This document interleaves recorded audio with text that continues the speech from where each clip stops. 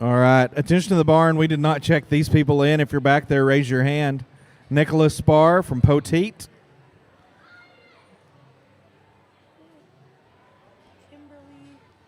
And Cameron Marica. We only got part of the name from Guadalupe County 4-H. Cameron Morici, maybe, from Guadalupe. And then Paige Johnson from Ezell FFA. If you heard your name, either raise your hand, or if you're not here, we need you here.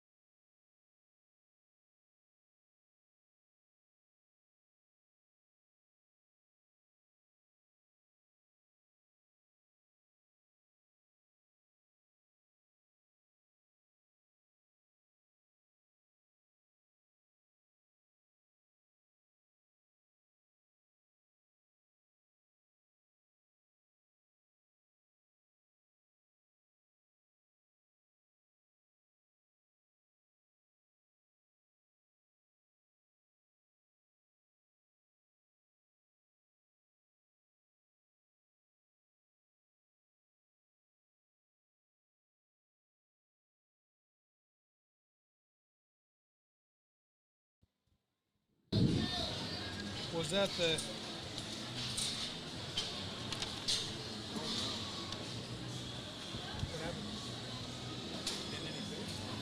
Well, if you guys have just joined us, we have concluded the landrace and have started the Hampshire show this afternoon.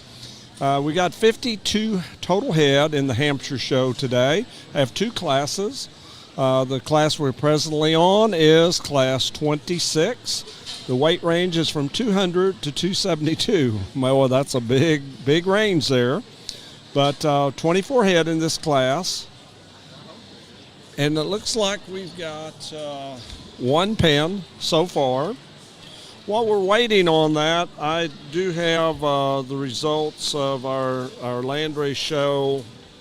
Have not gotten the sires, though, for class 23, which was the second class of landrace. But both the class champion in 22 and the second place, or the reserve in 22, both were our overall champion and reserve.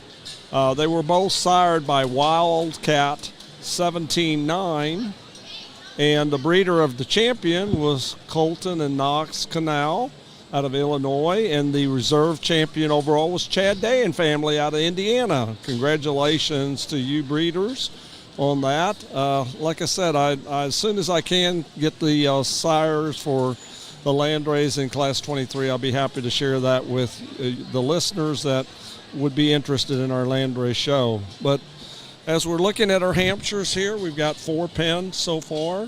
There's probably some back behind the scale yet because our judges have now entered the big ring where there is none out in the big ring. So they will give placings and ribbons all the way through 10th place.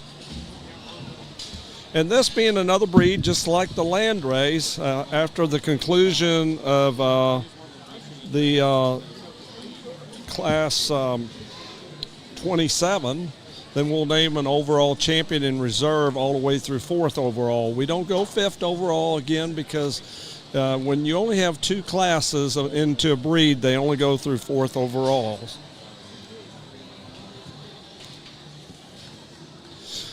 But what's neat with San Antonio is, not only do they give a scholarship to the breed champion, you also get added prize money of $150 plus a buckle and a banner. Your reserve will receive some additional premium money of $125 and a buckle and a banner. And your 3rd and 4th overall will receive, your 3rd overall will receive actually $100 and a banner, and your 4th overall $75 and a banner. So, job well done with our stock show here in San Antonio as far as ensuring that the kids are really being given credit for the hard work.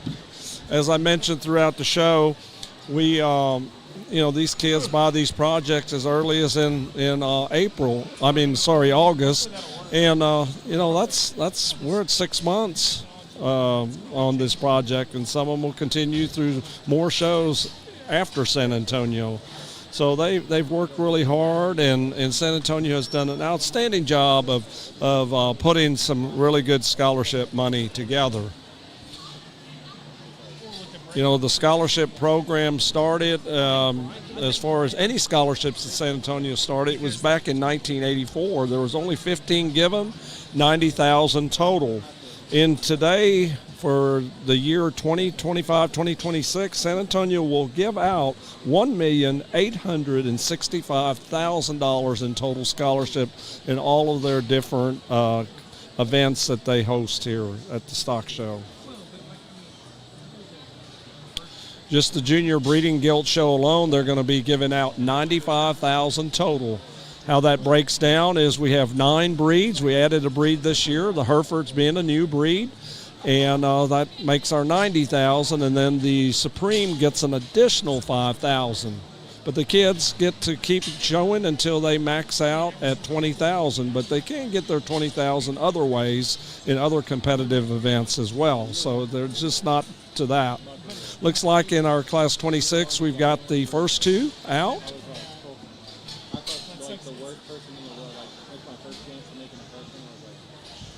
Looks like we've got 9, but I think they still got some behind the scale. They've let the young man in the blue shirt back into the pen. Ready to let out number 3. This is their second sort.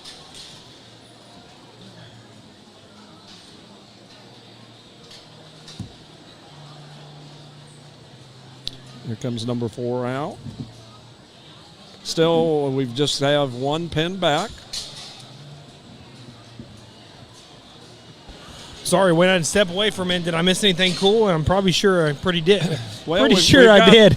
Well, we've got We're up and 5 running. that they've reevaluated, and they put 1 back of the 5 so far. This is the first class of Hamps, correct? Yes, we're on class 26. And these we're are only 2 classes these total. Are I don't know. These are diamonds in the rough. These are purebred Hamps.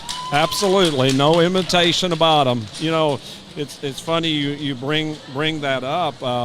One of the newest rules that San Antonio has provided is all of these grand champion and reserve overall champions through 5th overall in the breeds that they have 5th overall will be DNA tested at the breed associations to ensure that their sire and dams match that at gilt. And these all, and I will tell you, just looking at all these here, these all look like Hamps. And it's nothing, take away, it's like, well, you saying they're not good? No, there's a lot of good quality here, but they just look like a Hamp.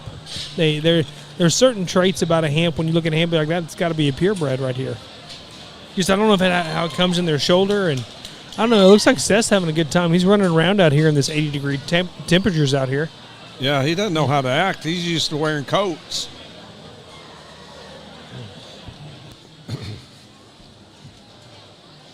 No, he's fired up.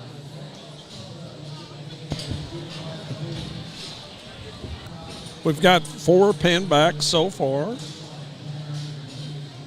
And I wonder, I think down below they were trying to get some registration papers or something, kind of held up the line a little bit. But, want to give a shout out to all of our volunteers and the people that helped make this possible. And All right, make this show run class smooth. 27 Hampshires. This is your first call. Class 27 Hamps, first call. When you talk volunteers, Landon, we're Over talking 7,000. 7,000. Yep.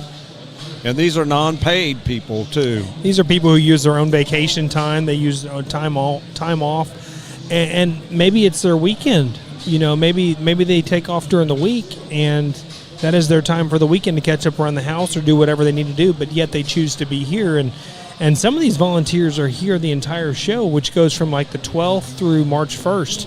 So that's a long time to be away from either work or home or whatever it may be. So, kudos to those people who take that much time and effort and energy, and they put it back into this organization and these kids. Well, and I think all these volunteers, these long-term commitments that they've given year after year after year, they've seen how these young people just get molded in this program, and the work ethics and responsibilities. It just it allows them to succeed not only through their high school career, but college and on into the work environment. Absolutely. I think they kept back 11 in this class. So, we only saw 6 up here, and Kevin and I were looking at each other like, ooh, I hope they have enough. And there was a bunch underneath the pavilion here, I guess, getting tested and wanded and weighed. So we did have enough.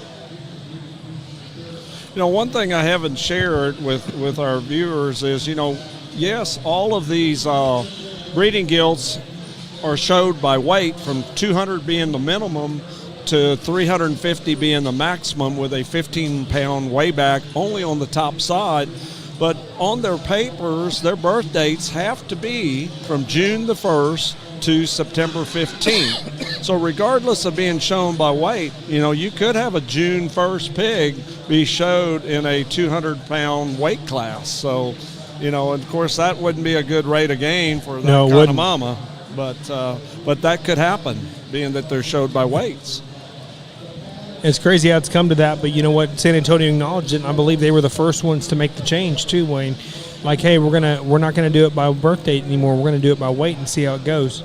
Yes, and I'm so glad, and you mentioned it earlier in our show about, in these bigger breeds like your Durocs, that they went to the divisions. They started that last year, and it's been I'm glad that they are always open-minded of wanting to improve their shows and stuff, and they saw the need for that because of the stress level of trying to have so many good quality animals out there in one ring. It allowed more fairness to each and every one of these exhibitors. Of course. Placing from the bottom up here now. We've got 4 pinned back right now that will make a run at the top end of the class. Here after a while, they'll usually leave maybe 1 or 2 out at times, and sometimes they'll place all of them. So we're down to, we're going to be judging for 7th place now. You only see 3 pigs, but for those of you who can't see, there's 4 pigs still pinned back that are going to come back out here shortly. Which I have a feeling he's going to place all 3 of these. If he does what he did in the past, he's going to place all 3 of these. And then pull these other 4 out to place the top 4 in this class. First of 2 classes, we're judging class number 26 right now. Started with 24, now down to 7, or 6, excuse me. Young lady in the purple was placed 7th.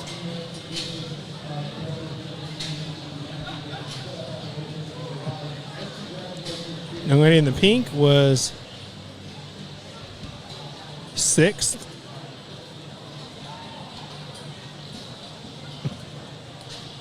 And young man's going to be 5th here.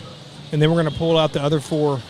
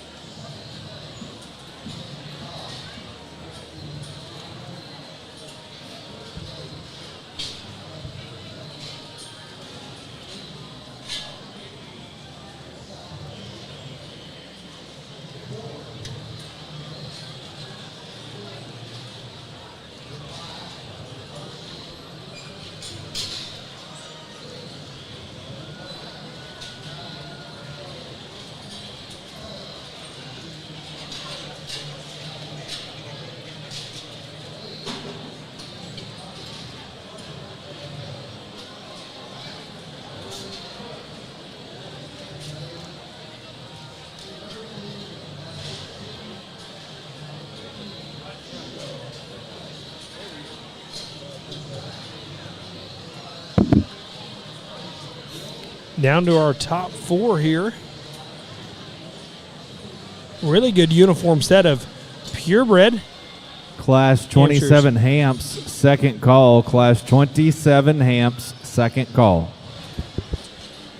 All of them very tall at the point shoulder. Man, they all 4 take a really good step off that front end there.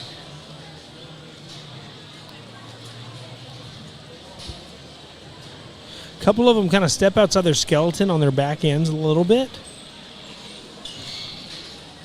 Young lady in the pink is going to be 4th.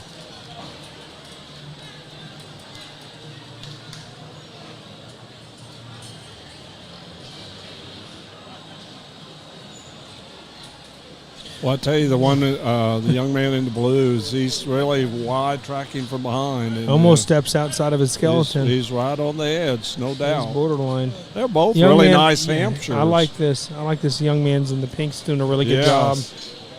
Not quite as wide from behind, but Yeah.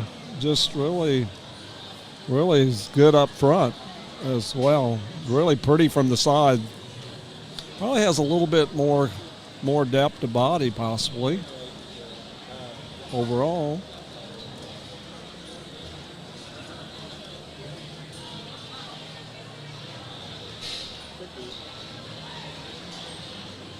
They're going to kind of talk it over like, hey, here's the 3 I got. What you think? Uh-huh. Yeah, they're all 3 a little bit different in kind. Probably from the prettiest from the side, you'd say, well, the young man in the pink. You look at the one who's the widest from behind, it's the young man in the blue. The young lady's pig fits in there well with capacity, just a little bit different than the other 2.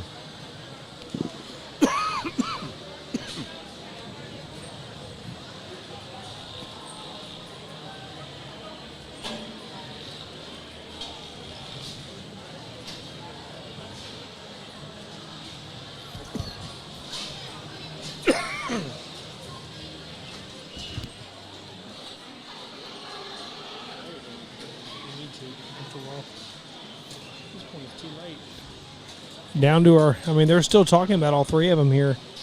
They're very uniform. They match up very well. There's one in here has a really good side profile. One of them's real bold up front, and the other one real wide tracking from behind. But I just think You're going to be seeing a lot of Person in the pink's going to be third. Werndale. All right, attention in the back. We haven't checked these people in. Weston Werndale from Navarro FFA. Rome Abrigo from Howard County 4-H. 21 years ago, or maybe it's 20 years ago now, because my oldest will be 20 in April, and so I guess it'd be 21 years ago in July that, man, I got the bright idea that I was going to raise Hampshire hogs for a living. I learned real quick that I had to exit that out of the game plan and probably go to those crossbreds. So, to be real honest with you, Hampshires mean a lot to me. We still got them at home. I tell the boys because they kind of make fun of me and ask why we got them. It's a love and a passion. And obviously in this industry, it's the same thing. For these kids that are still able to bring them out here and show them, I think a good class of them. We lost one back there that I think could have, fought out here pretty hard as well. But, man, I think we got a real, real good class winner. Young lady there in the greens got her. That's what Chris and I are just over there, just talking hogs. And he said, man, a Hampshire to have that kind of rear leg. He said, I haven't seen it in a long, long time. Just the shape of her rear leg, the bend, the flex, the position of her rear foot, and the pad of it, I think is so ideal. And then I kept telling him, I said, man, this thing's got real Hampshire muscle in terms of her back shape, but yet at the same time, she's still got some swoop to her midsection. Sure, she's probably not just the trendiest headed one that's out here, but man, oh man, in terms of making the next generation better, in terms of just a design standpoint of skeleton, we thought she was a very, very good class winner. Young man, you come out, and I said, hey, put a little sauce on that one, put some water, and get after her, because man, as that one comes out, she's got show bear kind of proportions in terms of being hard back, flat back. Her skeleton, in terms of just how she wants to hinge out back, gets her to be a little more problematic comparative to our class winner. We study her up front in terms of the size of her rear or front ankle and front foot. Just not quite as good. The position of it isn't quite as correct as our class winner, but the young man's done a tremendous job. The one that comes in 3, I can see guys really getting pumped up about because, man, when that thing opens the gate, you think, hey, we might have the one. And you like that about her in terms of chest width, in terms of shoulder blade height. Those are the things you absolutely admire about that particular gilt. She passes the eye test. She don't pass the physical test in terms of she needs to be looser off of both ends of her skeleton. We got to set her shoulder blade back. We just simply got to make her more motivated in terms of how she wants to hinge out of her upper hip. But still a very unique one to be there in 3. The one in 4, much like them. The ones in 2, 3, and 4, in terms of pigment, in terms of just having the right kind of show ring presence, they got it. Here again, we get a little more problematic in terms of just the shape of her upper hip, the design of it. She gets shorter and steeper from that aspect. She'll close up just a shot more in terms of where her knee column is comparative to the ones ahead of her as well. 5 comes out, and we kept working her up, and as Chris and I talked, just a good gilt. Good pattern, good design kind of gilt. Doesn't come with the feature, doesn't come with just the overall stoutness. When we talk about her lower bone work there, probably a little more common in terms of her throat latch as well. But man, I think there's bores that you can utilize on this particular gilt. Awesome swoop to her midsection. Just got to come with some extras to go any higher. I talked to these kiddos down the line, told them where their projects needed to be better. A very good class, a first class of Hampshires. Let's put our hands together for those kids.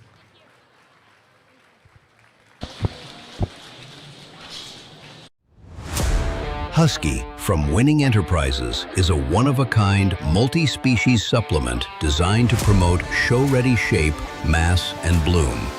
Its unique egg yolk-based formula maximizes nutrient absorption to deliver optimal results quickly. Build winning huskiness in your swine, goats, sheep, or cattle by top dressing with Husky for 30 days before exhibition. The results are undeniable. Feed the dog and see the change. Shop the champion's formula at winning-enterprises.com. Breed, followed by the last breed of the day, which is the Berkshires. Berkshires have 9 total classes, so it's 319. So we got still a pretty good amount of time to go yet. We did the Durocs this morning. All right, ladies and gentlemen, here are results out of Class 26. In 10th, we had Lucas Cook from Mullen FFA. In 9th, we had Scarlett Flores from Royce City FFA. 8th went to Cameron Morici from Guadalupe County 4-H. 7th went to Tate Miller from Littlefield FFA. 6th was Elena Reed from Poolville FFA. 5th went to Hudson Music from Stephenville FFA. 4th was Landry Cozart of Klondike FFA. 3rd was Rome Abrego from Howard County 4-H. 2nd went to Bristol Shoemate from Ponder FFA. And our class champion went to Anthony Badillo from Bexar County 4-H.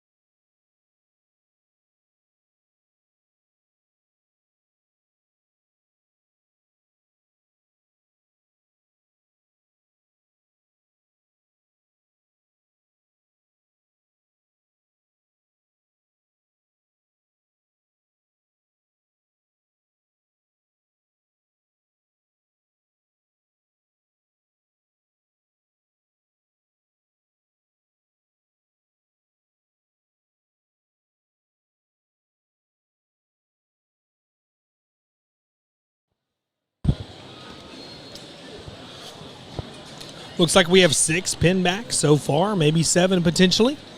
But I can see 6 as we currently sit here in this last and final class of Hampshire breeding gilts. Started with 28. We're going to get down to 1 here. Few out in the big arena right now for a secondary evaluation after the guys do their first initial sort. Top 10 get a placing ribbon.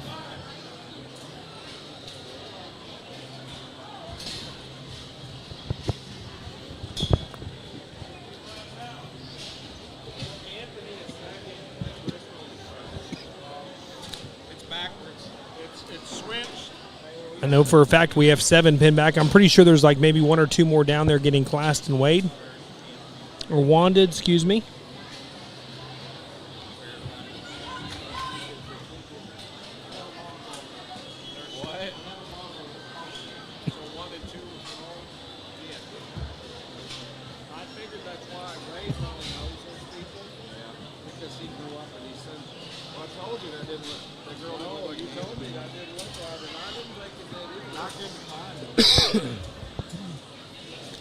And the guys are out here looking at a few of these gilts, and granted, these are in the, we used to call it the Dead Sea, but it's the big arena for a secondary evaluation. But there's a couple really good gilts out here, so regardless if they make the cut or not, man, there's one out here I'm just like, wow, that's a pretty good gilt.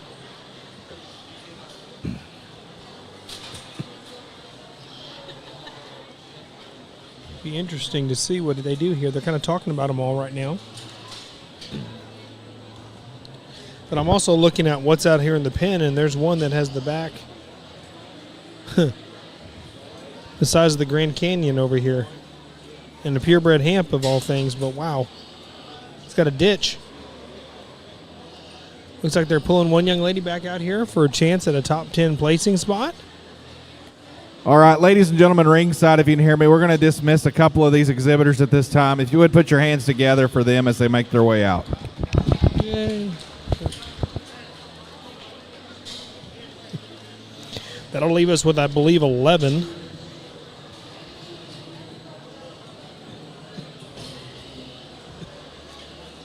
Or I'm not too sure here.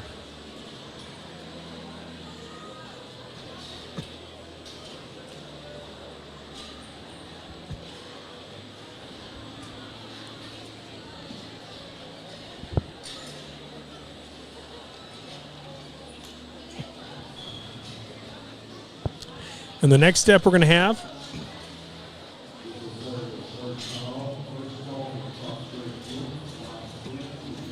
is they're going to pull them out one at a time. They're talking to the ring help right now, just making sure they had them right. I believe we're good to go. I think we're going to take them out one at a time and evaluate from there. And it looks like here we go. Getting started. First young man coming out of the gate real good.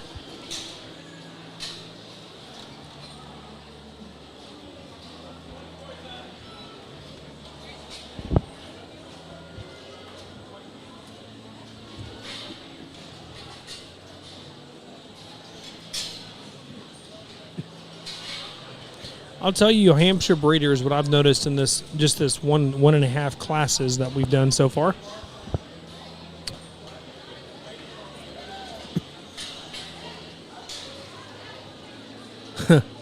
He's pointing to her like, go back to your pen. He's like, okay.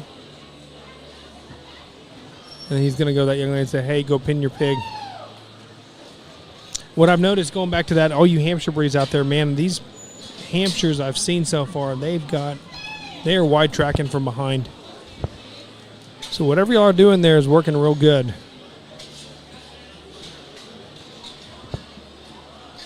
Now, a few years back, they had one that won this show. Really, really, really good Hampshire. I mean, you'd compete up there with the crosses. Good.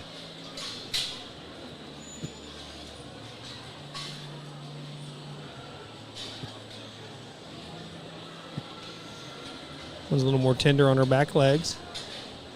Like her feet are a little sore, and that happens to all of us.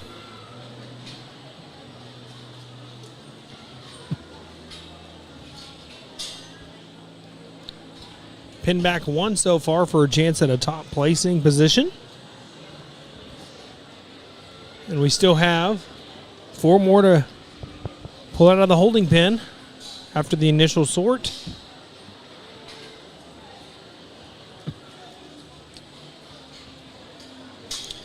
Like I was mentioning earlier, there's roughly 80 pounds difference between the lightest and the heaviest one in this class, and that's just how the cards fall. So there'll be some size variations there. So for those of you who are out there showing or maybe listening and are showing, and there's a gap between the weights from the top and the bottom end, and say you're on the lower end, try to keep your pig away from the bigger one so it doesn't make yours look as small.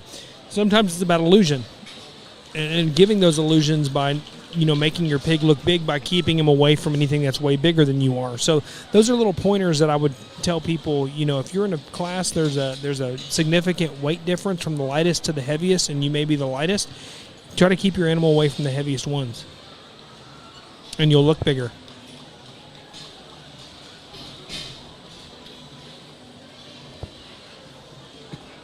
Pin back 3 so far, and now we've had all the initial pigs from the initial sort will be out here in the ring or pin back. So pin back 3 for a chance at the top 3 positions, and more than likely they will be in the top 3. He's going to look around to see if there's anything else they want to pin back. And if not, they're going to start pinning or placing from the bottom up. Yep, young lady in the green. There's 2 young ladies out here that are wearing the exact same thing. But one of the young ladies in the green is getting pinned back, and she's headed to the holding pin as we speak. And I have a feeling they're going to start placing here shortly.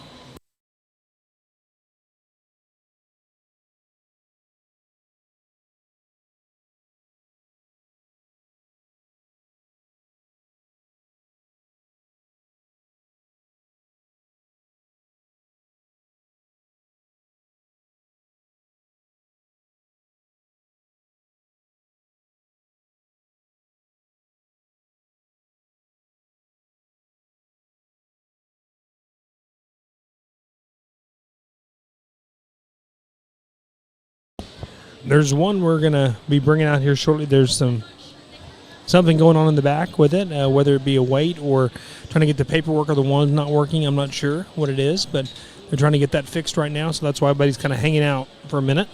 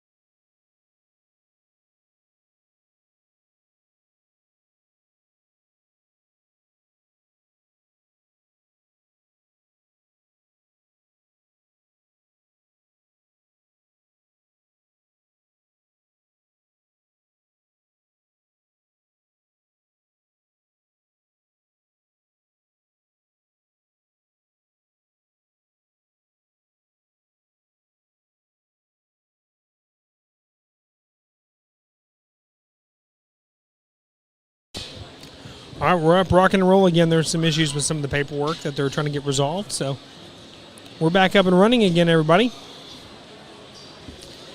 The judges have pinned 5 pigs back for a chance at the top 5 placings here in this class. And we should start placing from the bottom up here.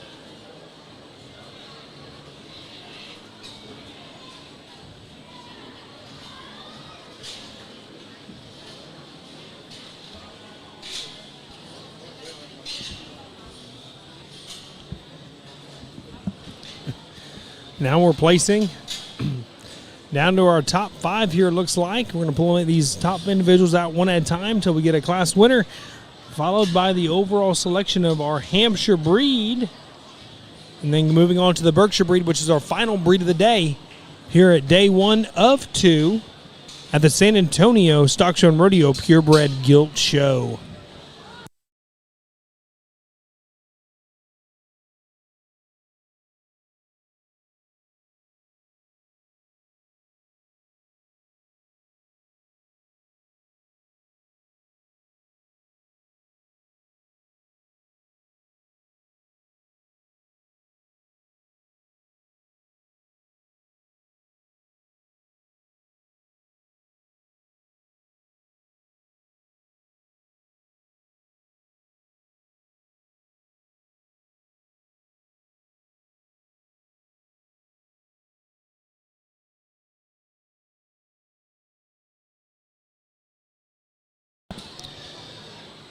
Down to our top 5 here. Young man's going to be 5th right here. He was the last one they pinned back, but he did a good job out here showing.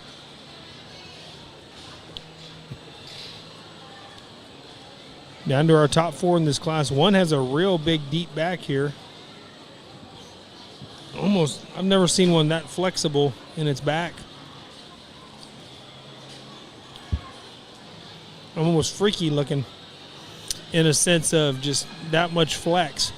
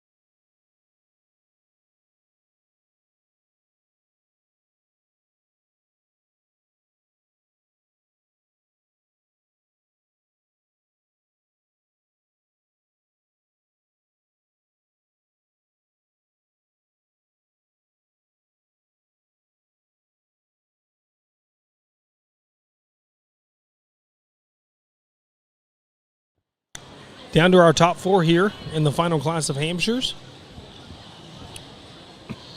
Like I said, at the conclusion of this class, we're going to bring our first and second place out in our Hampshire breed and crown us a champion at the conclusion of this class.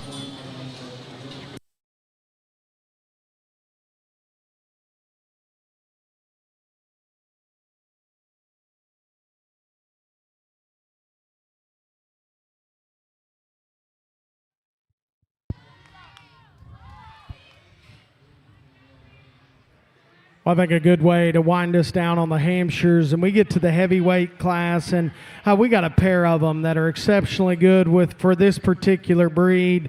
There's just one that simply engulfs them in terms of having that kind of stoutness, that kind of power, and then you just study from a bone and feature standpoint. She's our easy class winner. Young lady right directly in front of us. You got it. Young lady that goes 2, this gilt by no means is a slouch because she's strong in her spine. She probably has that advantage over our class winner. She's still long and level in terms of her look and design from the profile standpoint. She doesn't have the features our class winner does, but man, still impressive as she opens up and comes right at you for having that much shape, that much turn to her loin edge, and being a big-ended gilt, yet at the same time, she still remains loose in terms of her skeleton out back. I still think a very unique one to go there. And 2, plain and simple, she just runs into an absolute man-eater in terms of one that has the stoutness, but still very impressive in her own right. The one that comes in 3 kind of looks maybe a little bit early 2010s versions of the Hampshires in terms of ear set, in terms of maybe pastern set as well. But man, she's got a big bendy rear leg about her. She's got a fat forearm. We got to pick her up in terms of her pastern set there. She gets a little steeper out of her upper hip as well. But man, she's got some far-reaching pieces as well. Just when we talk about stoutness, bend to her rear leg, very, very unique from that aspect. The one that comes in 4 is one that, kind of can grow on you and then you can fade away. It's just kind of whenever that tail wants to set, right there we can tolerate her. But as you start breaking her down from a skeleton standpoint, from a distance, she gets a little more forward in terms of her blade set. And as you watch her go right directly away from you, she's a little more east and west at times there. For us too, as you get right up on top of her, you'd probably make her a shot more pliable in terms of her forerib, but I still think one of the better 4th place pigs that I've got to analyze yet here today. The one that comes in 5, little different look, probably not as traditional in her Hampshire appearance there. She's got some value in terms of her comfort level, in terms of the swoop to her midsection. Get up on top of her, she's the most disappointing in terms of just shape, width, and spread. I probably even became more critical on her as I analyzed her out back in terms of just where she wants to position her rear toe there. I need to see that thing just set down with more squareness to go any higher. I talked to the kids down the line, told them where their projects needed to be better. Another good class. I thought an interesting top pair. Let's put our hands together for those kids.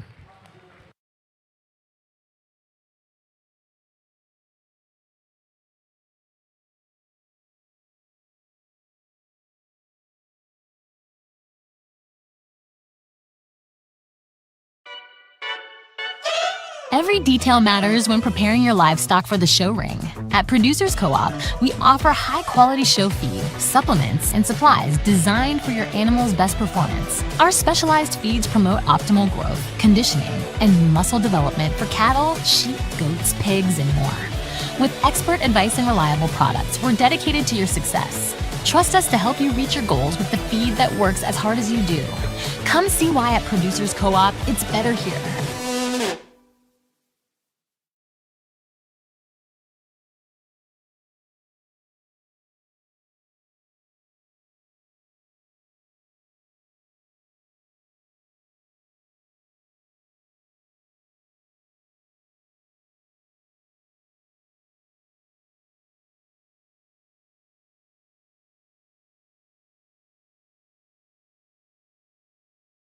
All right, ladies and gentlemen, here in our champion Hampshire drive, out of class number 26, we have Bristol Shoemate from Ponder FFA.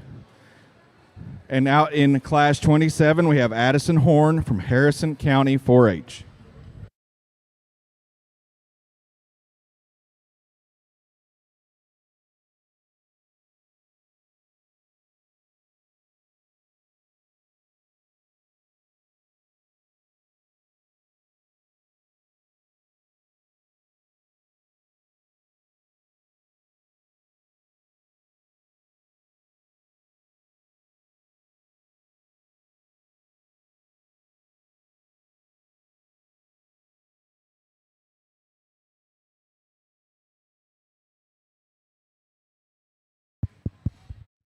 Let's put our hands together for these two exhibitors for your champion Hampshire drive.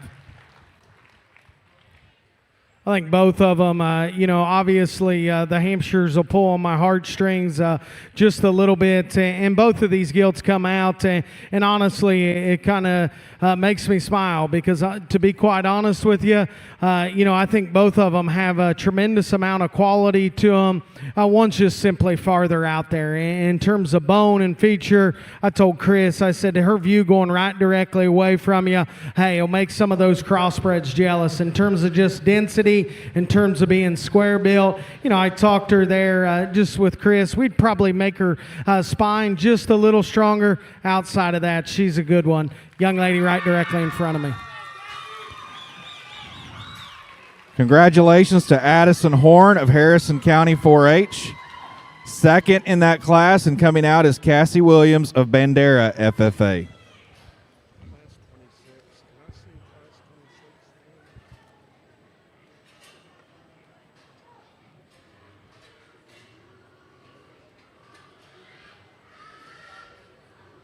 Now judging for our reserve champion, Hampshire.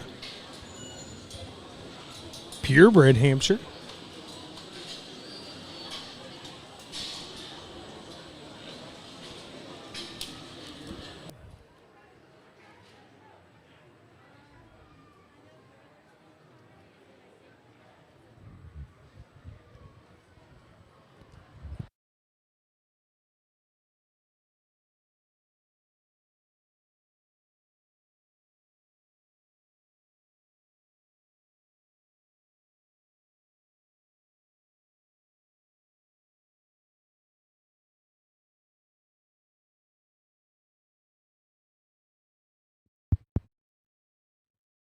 Well, Chris and I talk, and it gets awfully close between a pair of them. Obviously, we only got 2 left out here, but to be able to get into the reserve spot and just to talk them real quick, the young lady that comes out second in that particular class, just in terms of having that kind of shape, that kind of spread and width, yet at the same time, she still remains mobile out here in terms of how she wants to utilize her upper hip.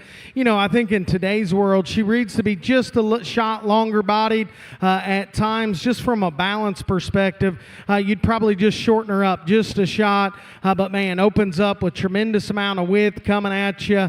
Just the little things there from that standpoint. Maybe not quite as bendy in terms of just her rear leg as comparative to the one that I'll talk next. And to talk this one real quick, she came out of a class that I liked quite a bit for that particular breed. I talked about that one having real Hampshire muscle, in my opinion, just in terms of the turn to her loin edge. You study that one's rear leg in terms of just how it's designed, the bend to it, the flex to it, the position of her rear foot. I love her pad. In terms of being a sow prospect out here, she opens up with a tremendous amount of width as well. She comes right at you. I can criticize her in terms of she is trendy in terms of her look comparative to the other gilt. That's where I'd probably make a fight or an argument for it. But man, at the same time, to have that kind of range, that kind of reach, that kind of flexibility, we like her second best. Congratulations to her. All right, congratulations to Bristol Shoemate, your reserve champion Hamp Showman. Out next is Anthony Badillo from Bexar County 4-H.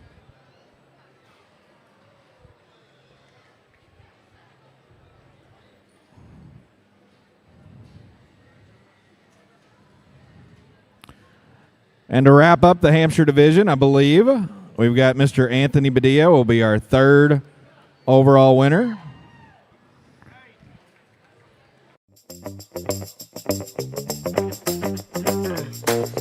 Primo Feeds is built on quality, and we're making it easy to get. Choose from over 230 Primo dealers nationwide, order online for pickup at one of our 16 warehouses, or use the Primo app for Primo Direct Delivery, straight to your door in Texas, Oklahoma, Indiana, Ohio, and California. Expanding nationwide soon. Founded by show feed enthusiasts, Primo knows fresh feed matters. Primo Feeds, next level quality and convenience at a fair price. Apologies for the mistake. All right, Berks, class number 30, this is your first call. Class 30 Berks, this is your first call.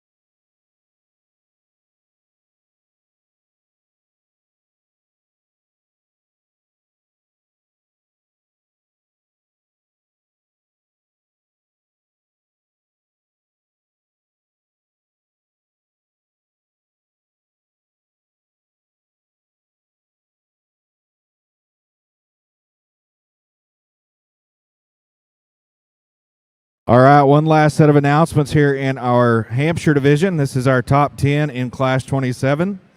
In 27, in 10th place, we had Shiner Westmore from Ellis County 4-H. 9th was Colin Harris from Eastland FFA. 8th was Danzer Beeling from Bryson FFA. 7th went to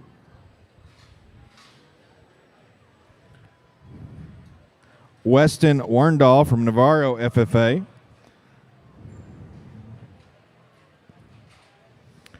Sixth went to Addison Conway from Forestburg FFA. Fifth was Caden Byer from Gillespie County 4-H. Fourth was Kendall Wofford from Community FFA. Third was Samantha Young from Hockley County 4-H. Second was Cassie Williams of Bandera FFA. And our class champion was Addison Horn of Harrison County 4-H. Again, if you're in Class 30 Berks, this is your second call. Class 30 Berks, second call. That concludes a very deep Hampshire drive here. Moving on to our final breed of the day, our Berkshires, as Dr. Williams had so eloquently had just stated on class number 30. We're fixing to get rolling on them. 32 total head in that first class. Weight ranges are from 200 to 219. We are up in the Berkshire breed this year comparatively to last year. We had 272 Berkshires show up here last year. We are up to 290 this year. So we're really excited that that breed is growing still. And then granted, you know, I know that they've been doing a lot of crossing up the genetics for the barrow show and stuff like that to make some really cool Berkshire appearing crosses. But it's good to see the purebreds are strong too. I can't wait to see what this entails on these purebred gilts here for the Berkshire breed. 9 total classes. This is the second largest breed here at the Purebred Gilt Show at San Antonio. We're going to have a light and a heavyweight division. Unlike the Durocs, we had a middleweight division as well. But in the Berkshires, we are doing 2 divisions. We're doing a lightweight division and a heavyweight division. So the lightweight division consists of 5 total classes, and the heavyweight division consists of 4 total classes. At the conclusion of the Berkshire breed, then we're calling it a day and starting up day 2 bright and early at 7 a.m. again. So those of you who are wanting to know what shows tomorrow, we have the Spots, Chesters, Polands, Yorkshires, and Hereford breed, followed by the overall selection of our Supreme and Reserve Supreme 3rd, 4th, and 5th overall purebred breeding gilts. I think the guys took a short little break for a second, and now we're starting to sort here momentarily. Stay tuned, and once again, thank you for joining us on Taylor Fort Webcasting, bringing us all a front row seat to the San Antonio Stock Show and Rodeo Purebred Breeding Gilt Show. And yes, it is 2026.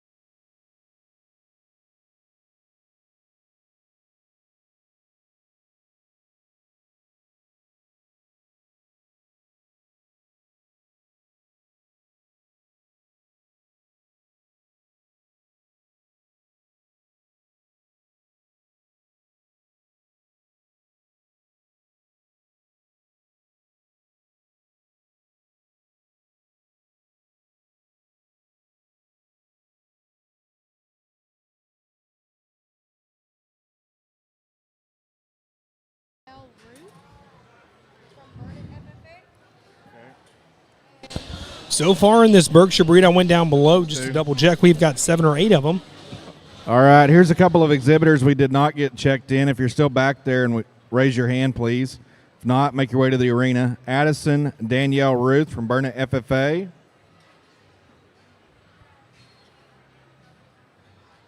And Shaylee Page from Lampasas FFA.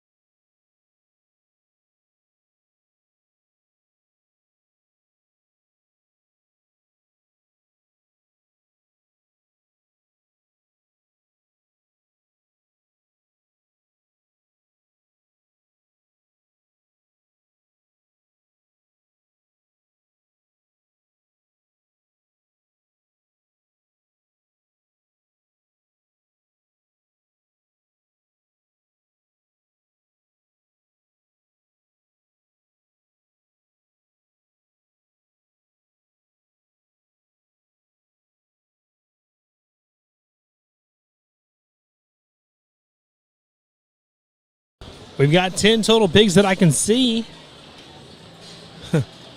Rebel run. If you saw some of our ring help running, Rebel can still move. Those of you know Rebel.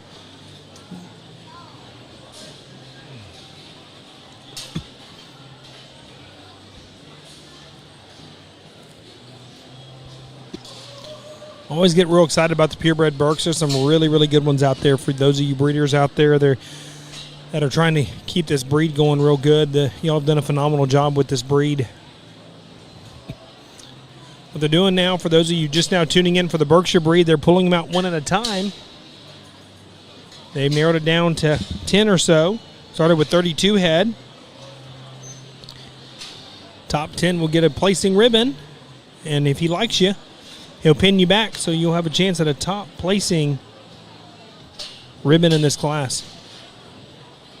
And they've held very true to that. If you got pinned back, chances are you will be in that top end of your class. I don't think there's been a time yet that they've had one they left standing and then brought the other 4 or 5 out and placed that one higher than the 4 or 5 that they pinned back. So, young man in the green shirt's getting pinned back fairly quickly, actually. Good looking gilt.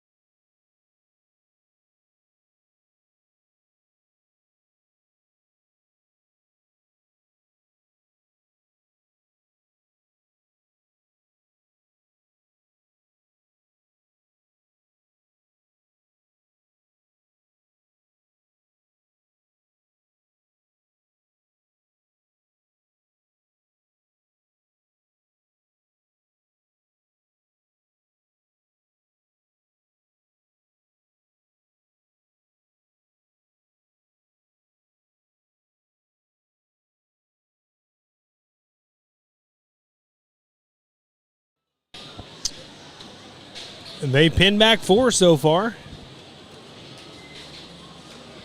And it only looks like they have 9. I thought they had 10 potentially, but I only see 9. I can count 9. I think I'm counting right. So instead of 10, they have 9 placings in this particular first class of Berkshires. Once again, this is our final breed of the day. Tomorrow's lineup is Spots, Chesters, Poland Chinas, Yorkshires, and Herefords, followed by the Supreme Champion Drive. And right now they're placing from the bottom up. The man in the greenish shirt is going to be 9th. The man in the kind of grayish shirt is going to be 8th.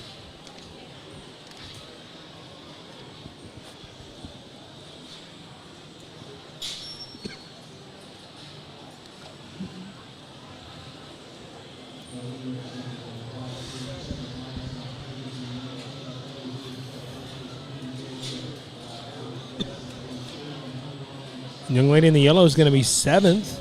All right, attention in the Purebred barn, Class 31 Berks. This is your first call. Class 31 Berks, first call.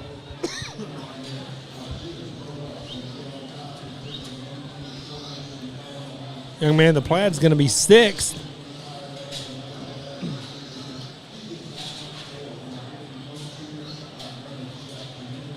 And young lady's going to be 5th, so he's going to keep it true to how he's been doing it all day. If he's pinned you back, you will be in the top end of the class. And now he's going to pull these other 4 back out again. And these are going to be your top 4 in this first class of Berkshire Breeding Gilts here at the San Antonio Stock Show and Rodeo Purebred Breeding Gilt Show.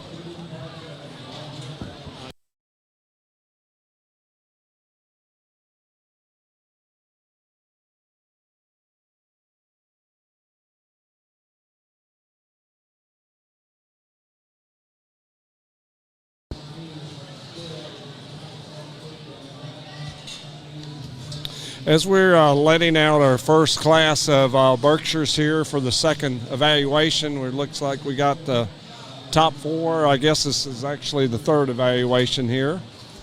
And second evaluation, so we're down to the final 4 here. As they're viewing these, I finally got the results of our Hampshire show on the breeding.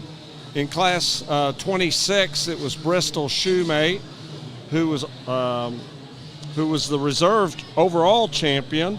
And the first place of class 26, it was Phantom 6-2. Krager Farms out of Ohio bred that hog. In the second place in class 26 was Anthony Badillo. And the sire of his gilt was Alpha 13-2 out of Daggy Show Pigs out of Texas. And then in class 27, Allison Horn was class champion. And Core Power 51-2 is the sire of her gilt. This gilt was also the champion of the Hampshire show. It was bred by Savage Genetics out of Oklahoma. And then our second place, which was the third overall, was Cassie Williams out of Bandera. Cassie Williams.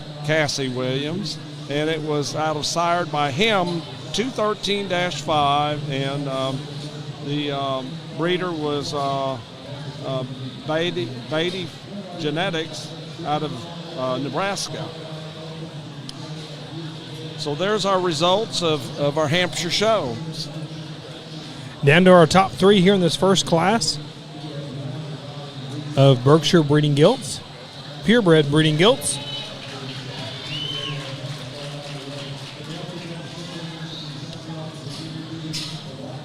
We started with 32. Now we're down to the top 2, it looks like. Young man in the green was 3rd. Down to the young man in the peach and the young lady in the pink.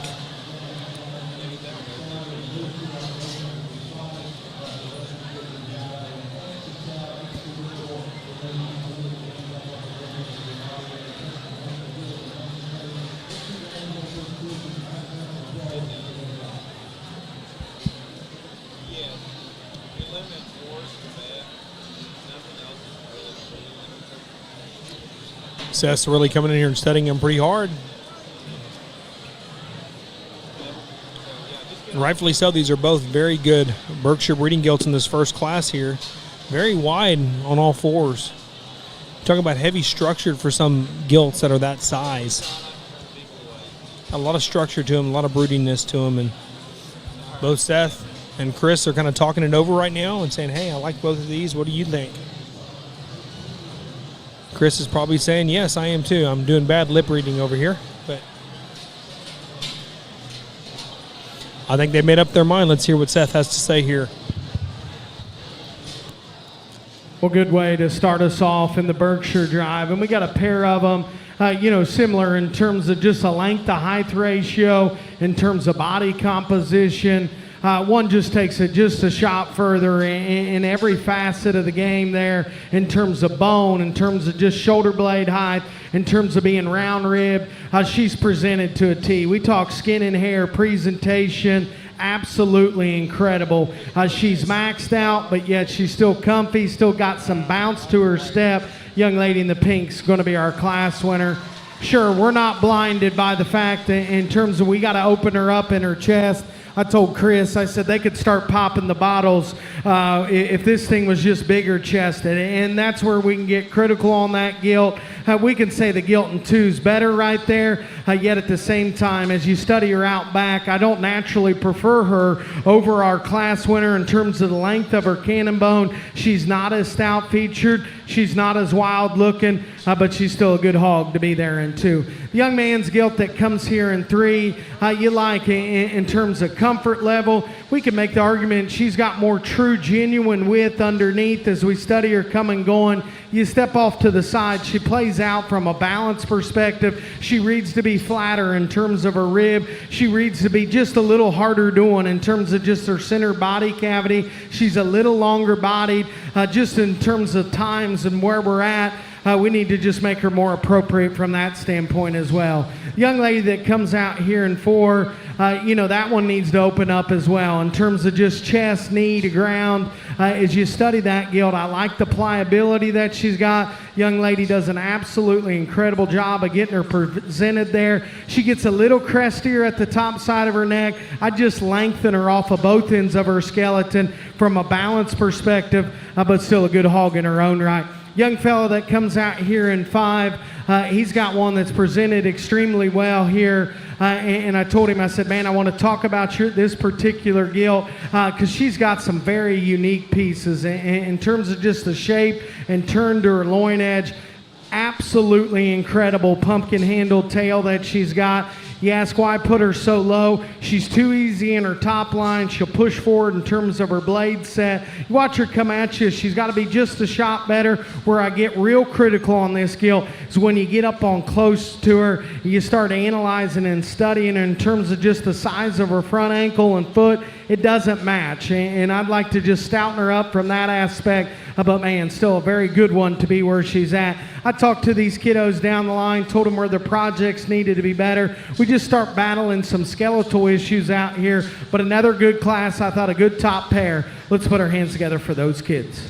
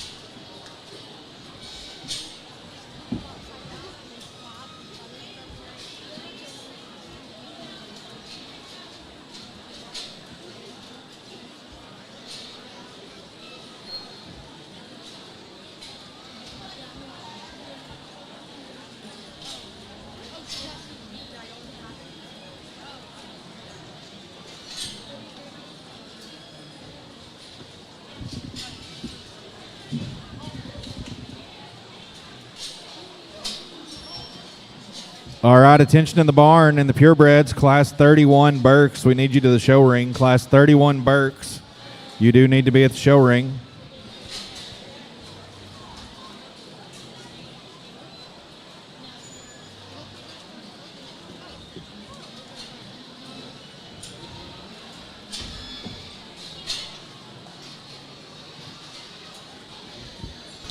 that concludes our first class of Berkshires. Moving on to class 31 here. 30 total head. Weight ranges on these gilts goes from 220 to 232.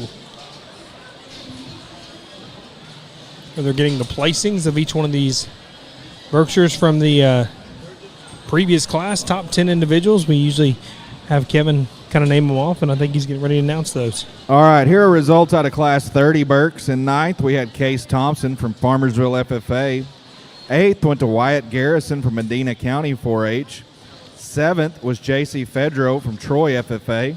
Sixth was Gray Dillard from Farmersville FFA. Fifth went to Lillian Garrison from Medina County 4-H. Fourth went to Brooklyn Ort from Valley View FFA.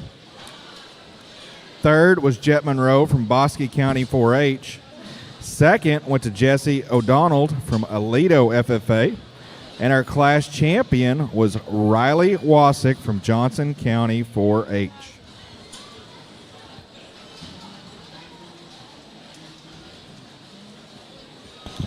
We've got about 3 or 4 pinned back for a chance at the top 10 placings, and one out in the big arena right now for a potential secondary evaluation.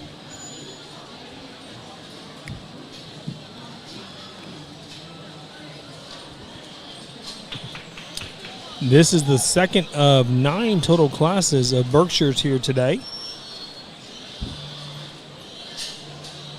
We do have a light and a heavyweight division. Total of 159 head of purebred Berkshire Gilts make up the lightweight division, and 131 head make up the heavyweight division. 5 classes of lightweights and 4 classes of heavyweights.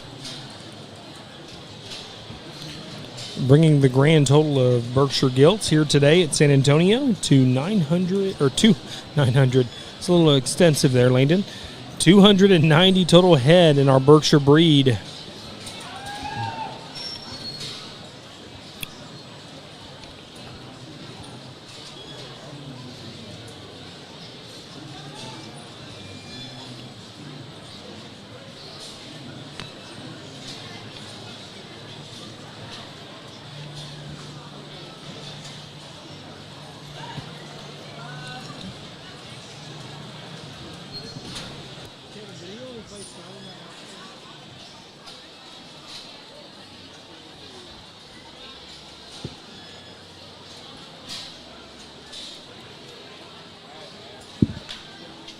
Double check my math. I was like, I think I only count 9.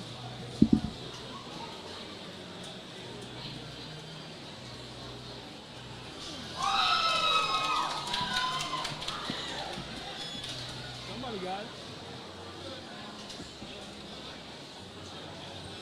Man, somebody's got a cheering section back there.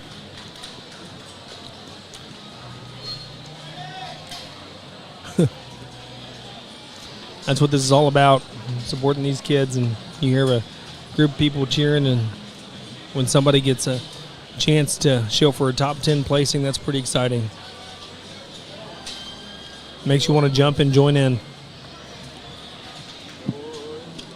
If you happen to be tuned in and say you don't get pinned right away, but you get to go to the big arena, while you're waiting for the judges, don't try to wear your animal out. Don't keep showing them because there's nobody there to show to. Make sure they're brushed off. Make sure they're clean. Make sure they're ready. Let them kind of get a feel for the ring, but don't wear them out because you're going to have a secondary chance to show. And like I said in the past, in years past, it has not been the case during this show, this year, where they've come from the Dead Sea and made their way up to the top end. We have seen that in years past.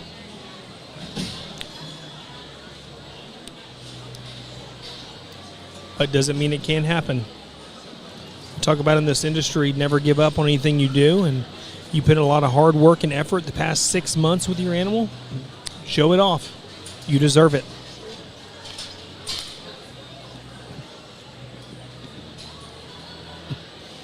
Three out in the big arena, and I only see 4 or 5 pins so far, but that doesn't mean there's nothing below me that is getting wanded, checking registration papers, and also getting weighed. There's probably some more underneath here, but I only see there's 5, maybe 6 at this point.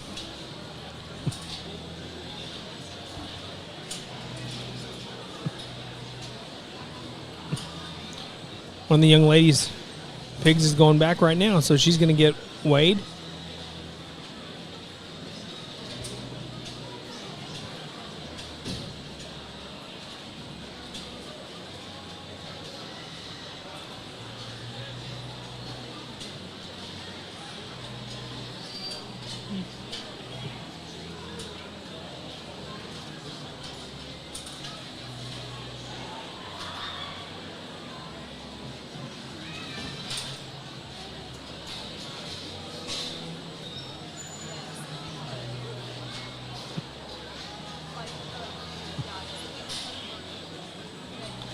They're going to go and excuse these two individuals.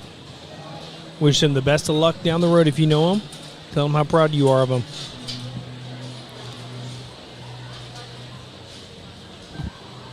I count 7. I know of 8 that are here, but there might be enough to make a class that they've kept back from the initial 30 head. We need 10 to make the class.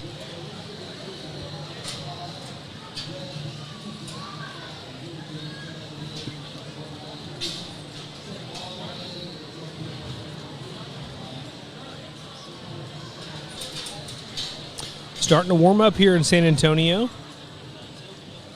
Going to check the temperature for those of you weathermen out there. It is not raining. It is not sleeting. It is not snowing. It is sun shining. And 80 degrees outside right now here in San Antonio.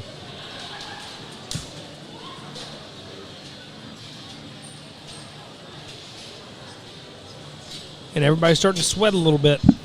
Feels more like summer weather than it does anything else. So what they're doing right now is they're pulling these animals out one at a time. For those of you just now tuning in, and if he really likes you, you will get pinned back. And if you are pinned back, good chance you will be at the top end of the class. Not good chance, it will happen based on what they've been doing all day.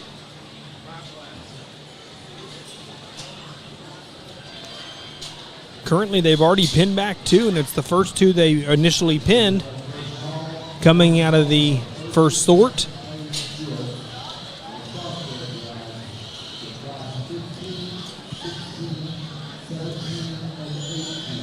And they did pin back exactly 10, and it takes 10 to make a class when it comes to placing ribbons they hand out here at San Antonio in the Purebred Gilts Show.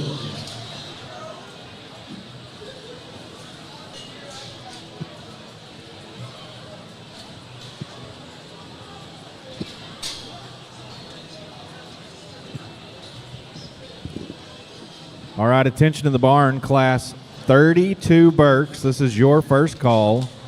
Class 32 Berks, first call. Also, it's an announcement in the Berkshire division. We do have 2 divisions, a lightweight and a heavyweight. So the lightweight division will include classes 30 to 34. At the conclusion of class 34, we will bring back those first and second place Berks to select a top 5 Berks in this lightweight division. So we will go 30 to 34, and at the end of 34, we will select a champion and reserve along with a top 5 overall in this division. Well, as they're judging Class 31 of our Berkshire show, I do have the results of Class 30 on the genetic side, on the sire side, that is. Our first place class champion, Riley Wasick from Johnson County 4-H. Her gilt was sired by Upward 21-2, and the breeder was Kanazy Davis Genetics out of Texas. The second place was by Jesse O'Donnell out of Lido FFA, and that one was also sired by Upward 21-2. It was also, the breeder was Kanazy Davis Genetics in Texas.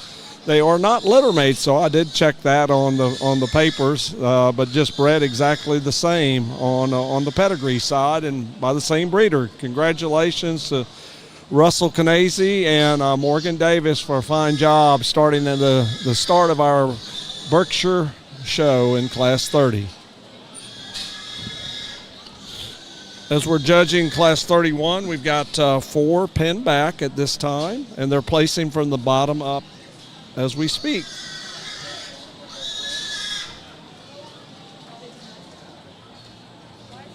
Looks like we had 10 total that they kept in this class.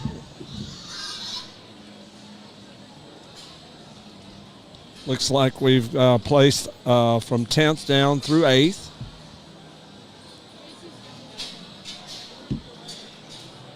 So we've got 4 in the pen that he put back, plus the 3 out in the arena. So I suspect, unless they decide at the last minute to keep, like, the 5th place or the 5th one out, he might place all 3 of these.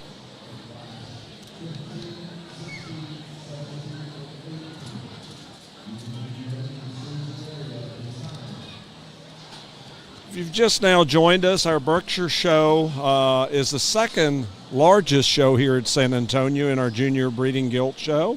We had 290 show up for our Berkshire show this year, and it's up from last year. Last year we had 272 head.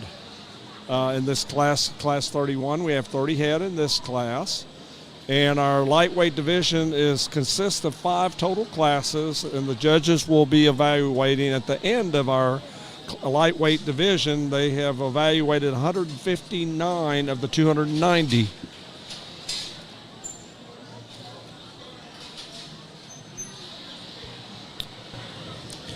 Looks like we're down to our top 4 here in this second class of Berkshires.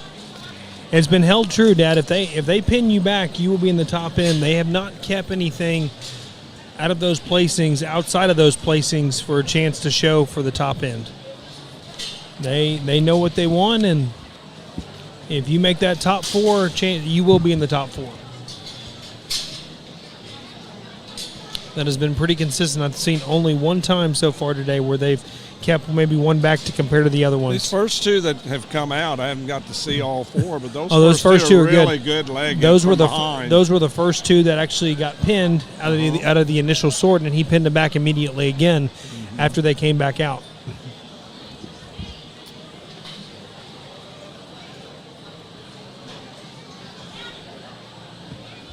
Down to our final 4 here. At the conclusion of this class, we'll move on to class number 32, which is one of the 3 largest classes of the Berkshire breed of the day. There's 35 head in the next class, but there's also 2 other classes that have 35 head in them. So it's the largest of the lightweight division, by and, far, yes. and tied with 2 other classes in the heavyweight division. In the heavyweight division on when it comes to how many are in each class.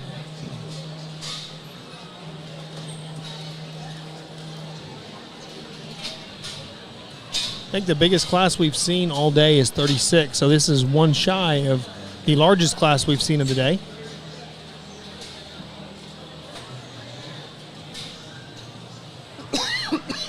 Excuse me. And if you just now joined us, the weights in this class range from 220 to 232. Down to our final 3, started with 30, now we're down to 3 here.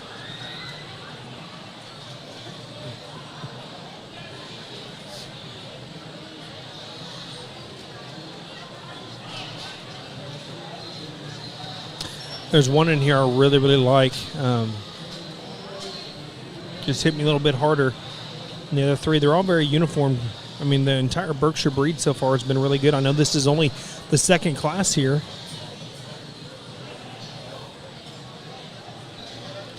This one probably doesn't have quite as much front end, but very, very good everywhere else. Now they're the last 2 standing here, the young lady in the yellow and the young lady in the kind of bluish looking shirt. Both are very, very good off their rear end. Seeing them come out a while ago, I thought, oh my goodness, they're truly square hipped and square to the ground. Absolutely. And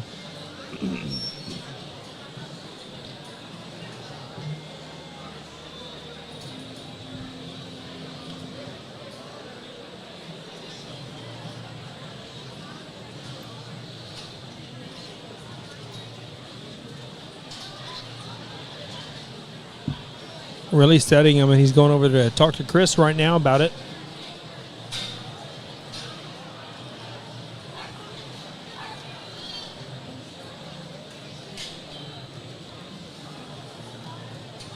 Here we go. Let's hear from Seth.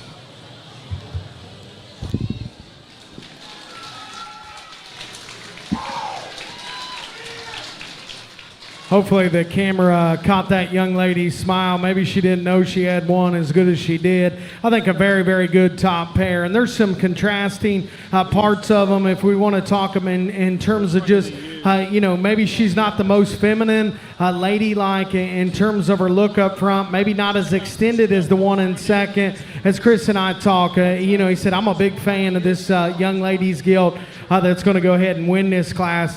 You get up on top of that one, absolutely maxed out in terms of just her shape, her spread, her width.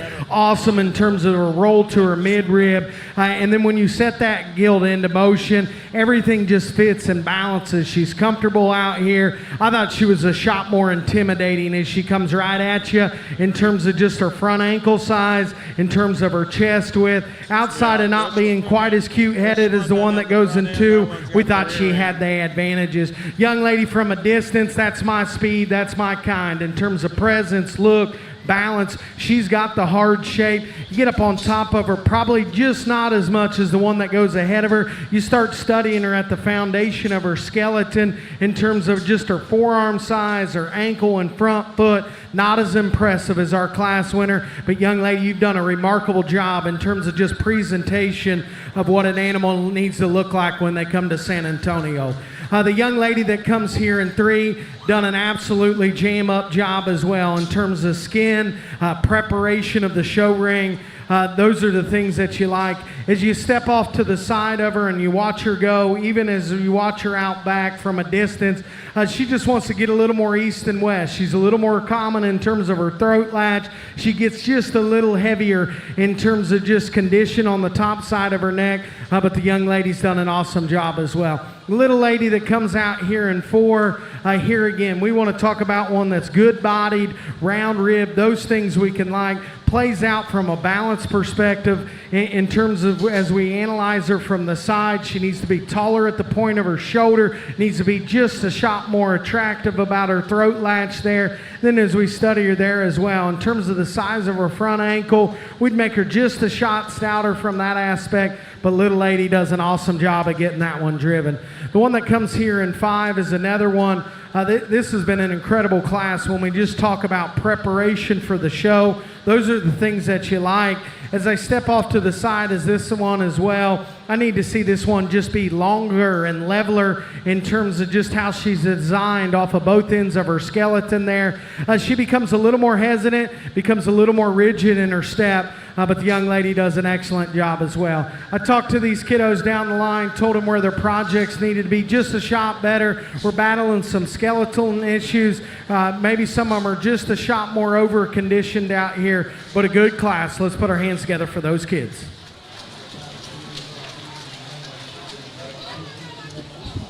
Well, that concludes class number 31 of our Berkshire breed. Moving on to class number 33 now. No, 32, I apologize, 32. Weight ranges on these gilts goes from 233 to 244 and 35 total head.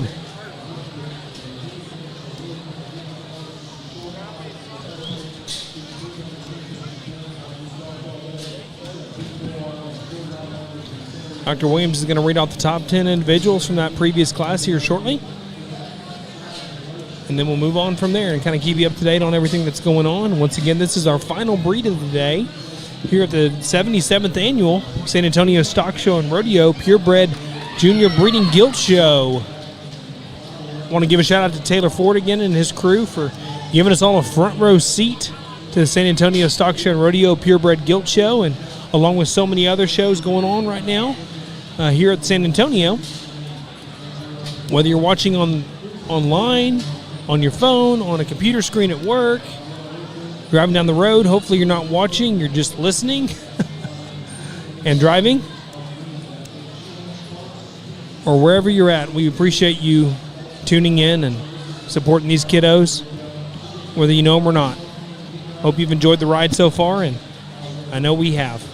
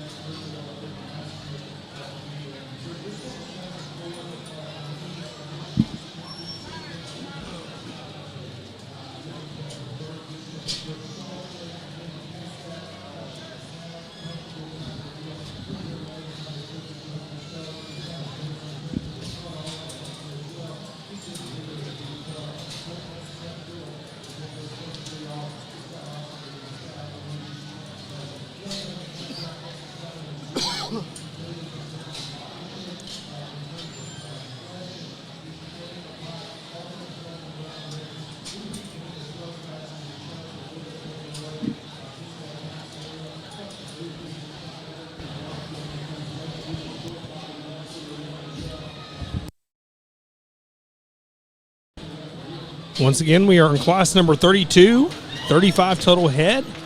This is the second to last class.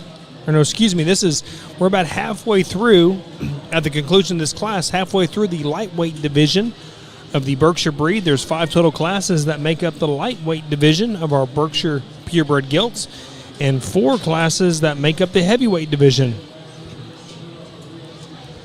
So we are about a third of the way done with judging our classes to round out the day here in our Berkshire breed. All right, ladies and gentlemen, here are our results out of Class 31 Berkshires. In 10th place, we had Cynthia Gallo from James Madison FFA. 9th went to Gunnar Gibby from Valley View FFA. 8th was Isabella Contessa Sarah from Eagle Mountains Shagina. In 7th, we had Brady Cassidy from Aubrey FFA. 6th was Addison Penwarden. 5th went to Cheyenne Moat from Marion FFA. 4th went to Charlie Brown from Natalia FFA. 3rd went to Charlie Jensky from Lavernia FFA. 2nd was Faith Dickerson from Red Oak FFA. And our class champion in Class 31 Berkshire Gilts went to Ashlyn Stricker of Medina County 4-H. Up next is Class 32 Berks. If you're in that class and you are not to the show ring, you need to get here now.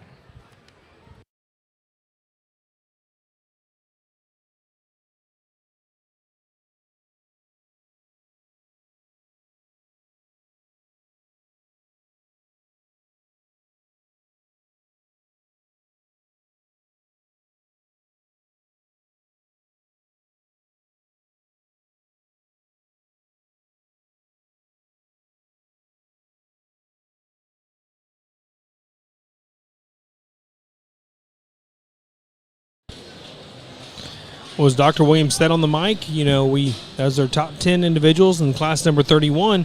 Looks like the guys have pinned back at least 4 to 5 that I can see. There's 3 in the big arena right now for a secondary evaluation after the initial first sort.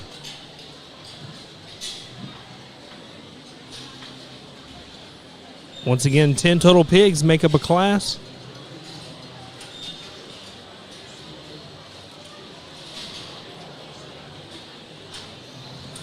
And this class in particular is one of 3 classes that is 35 head in that particular class. 35 head's the largest class of the Berkshire breed, and there's 3 total classes, 1 in the lightweight division, which is what we're currently judging, and there's 2 classes in the heavyweight divisions, the final 2 classes of the day, that also have 35 in their class.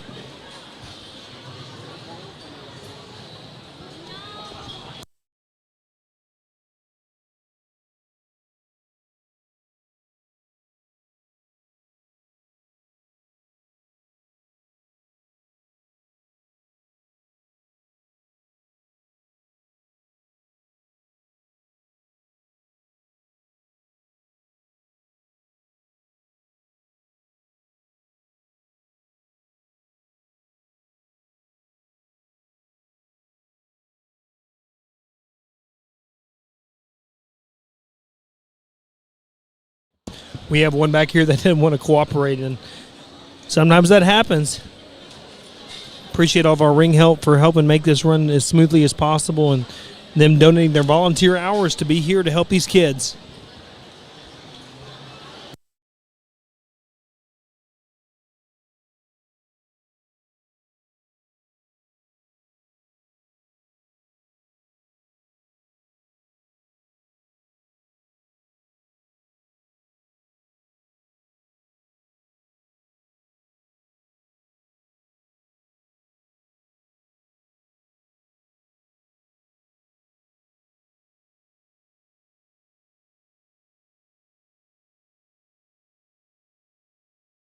We've already got 7 or 8 pinned back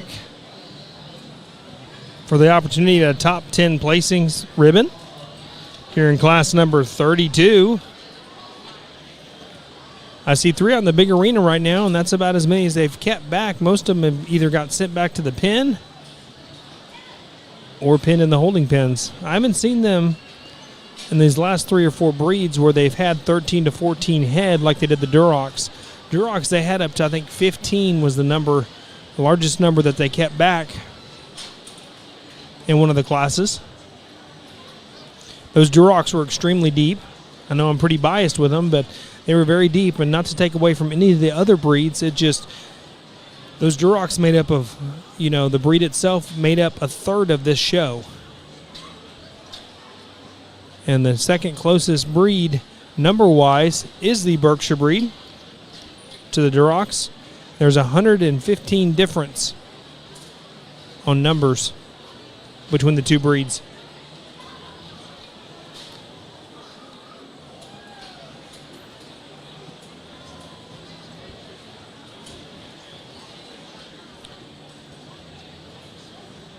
Got 7, possibly 8 pinned back. Opportunity to maybe get 2 more here. We're going to Seth's out here right now looking, seeing what's out here. Stay tuned. Going to go ahead and pin one of the young ladies back. She's going to go get weighed.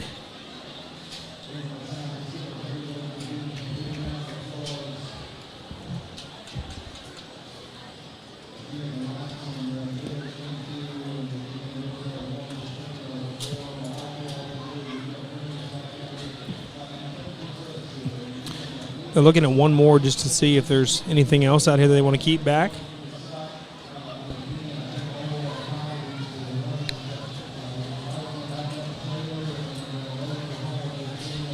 Looks like we've got, 8 in the pen. But we're going to have so far? We're going to have 9 because one of them 9. Well, as they're pinning these, I do have the results of Class 31 on our sires of our class champion in second place in that class. Our class champion, of course, was Ashlyn Stricker, and her sire of her gilt is Above and Beyond 22-3. The breeder of her gilt was RBV Berkshires out of Kentucky. Congratulations to the breeder. All right, folks at the Purebred ringside, if you would, put your hands together for these young people as they make their way back.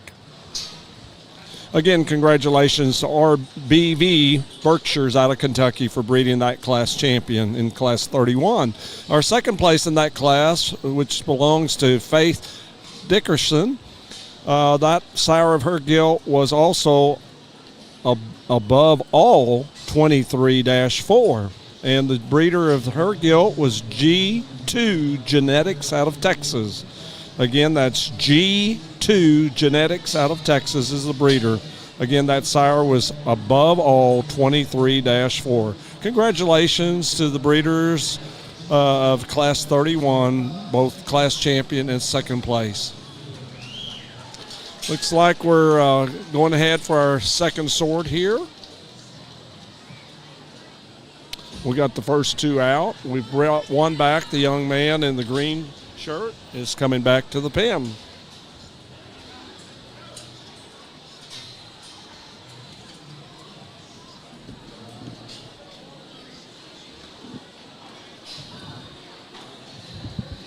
We're letting the fourth one out now.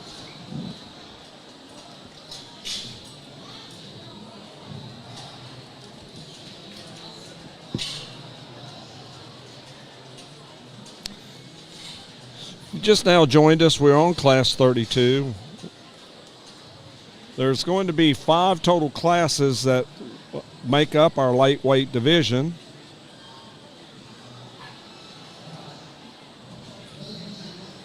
And after this class, we have 2 more, and then we'll pick our champion and reserve through 3rd, 4th, and 5th overall in the lightweight division. Looks like they pinned one back so far. Young lady in the pink. Oh.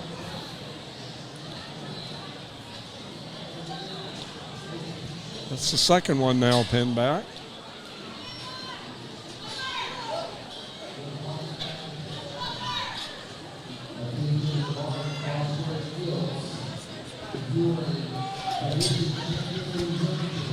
When we get through with the Berkshire today, the judges will have judged 26 classes and 808 total gilts today.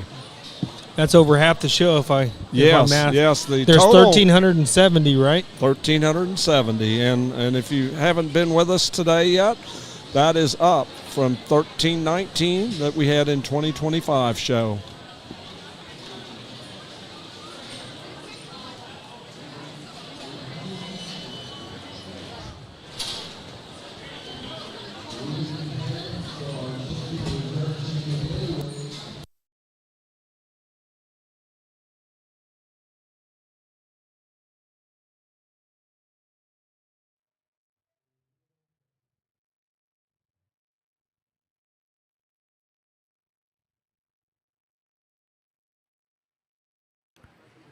All right, attention in the Berkshire ring. If you're in class 33, this is your first call.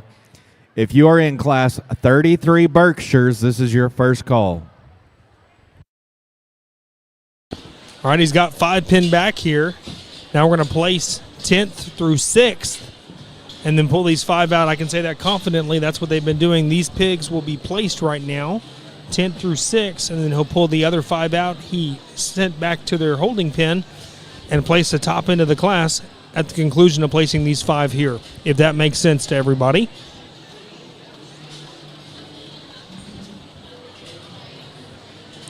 And we are on class number 32. This is the 3rd of 5 total lightweight classes here in the Berkshire breed, followed by 4 classes of the heavyweight division of our Berkshire breed. Young lady in the red is going to be 10th place. Young lady in the light blue is going to be 9th place.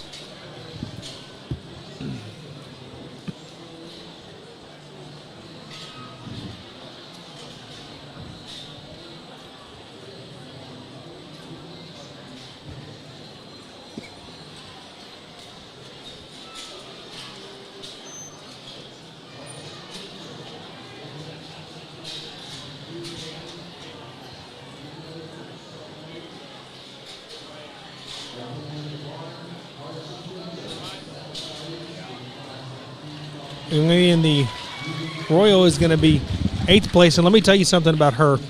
She came from the Dead Sea, as we call it, or the big arena, and showed her way out. She didn't get pinned initially and made her way up a few spots just by showing her heart out. So I got to give that young lady props and doing a heck of a job out there.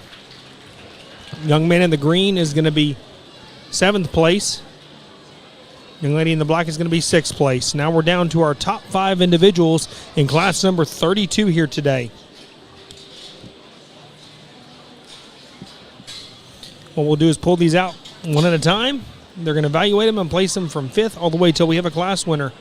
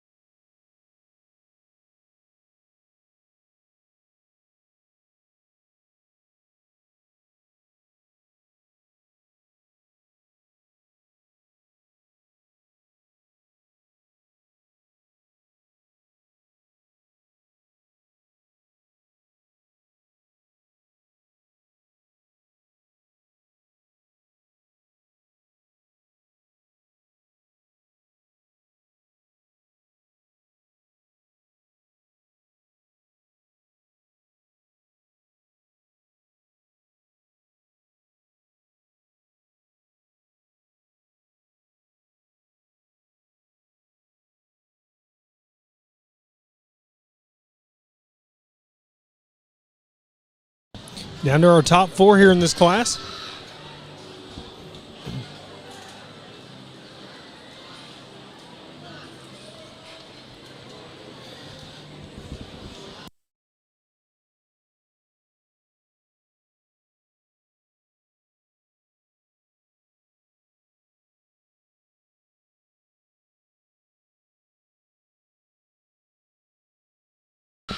Down to our final 3 in this class.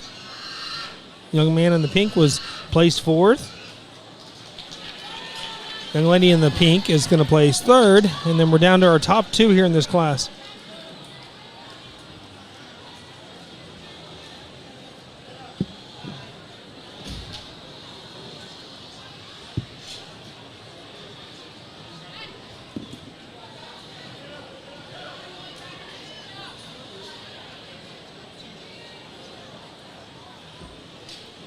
The judge getting a very good look at both of them as they come at him.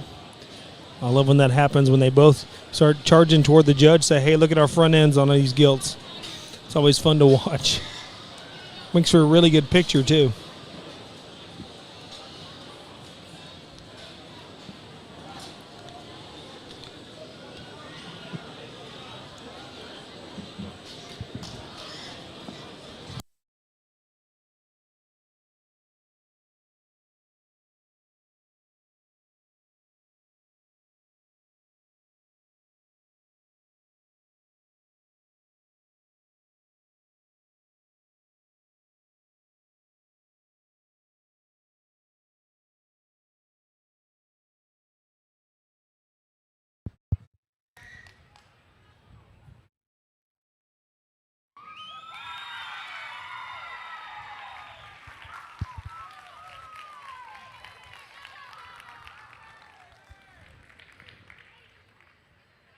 Well, I think a really, really good top pair of these things, and fun to analyze, and it'll be fun when we come back for division.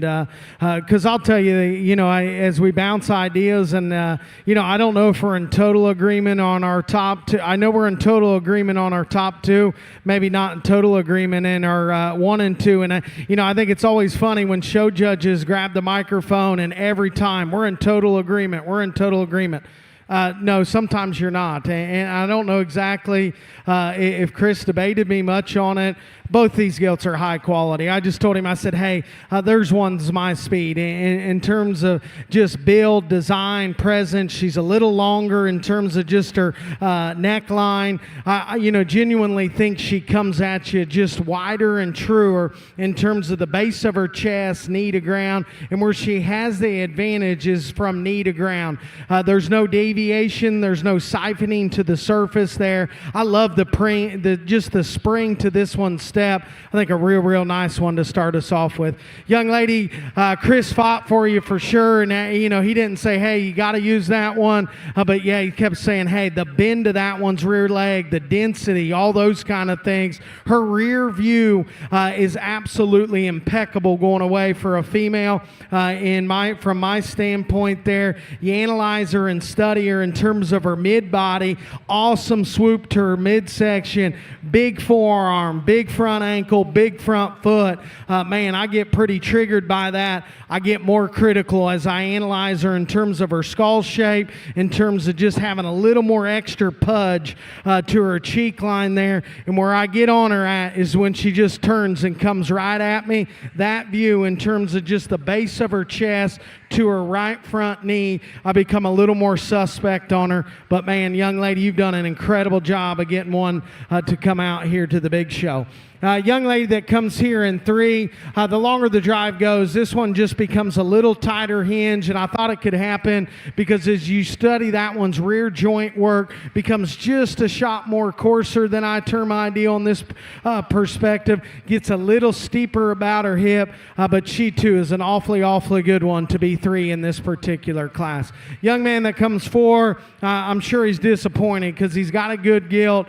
She's a good design and pattern kind of gilt. gilt. She'll flatten just a shot more comparative to those ones ahead of her. If you just get to analyzing her midrib there, she plays out from a balance perspective when we talk about a length to height ratio, but still a very, very good one to be there in 4. Young fella that comes in 5 got a little more critical in terms of that one's chest width and foot path as she comes right at you, a little more upright in her shoulder blade set, but he too has done a remarkable job in terms of skin and hair presentation. Compliments to him on that. I talked to these kids down the line, told them where their projects needed to be better. As a whole, we just got to be opened up a shot better.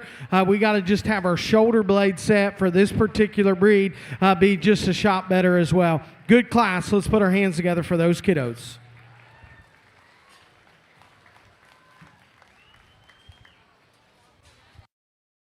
All right, that concludes Class 32. If you're in Class 33, we do need you to the show ring.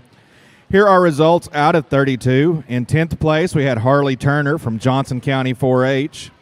9th was Bailey Coker from Mansfield FFA. 8th was Alexa Rivera from Deer Park FFA. 7th was Riker Shuffler from Lampasas FFA. 6th went to Addison Williams from Eastland FFA. 5th was Cody Robles from Victoria County 4-H. 4th was Brazos Herber from Fredericksburg FFA. 3rd was Madison Martinez from Brazoria County 4-H. 2nd was Cadence Thomas from East Central FFA. And our class champion went to Jagger Monroe from Bosque County 4-H. Congratulations to those winners. Again, if you are in Class 33, we do need you to the show ring.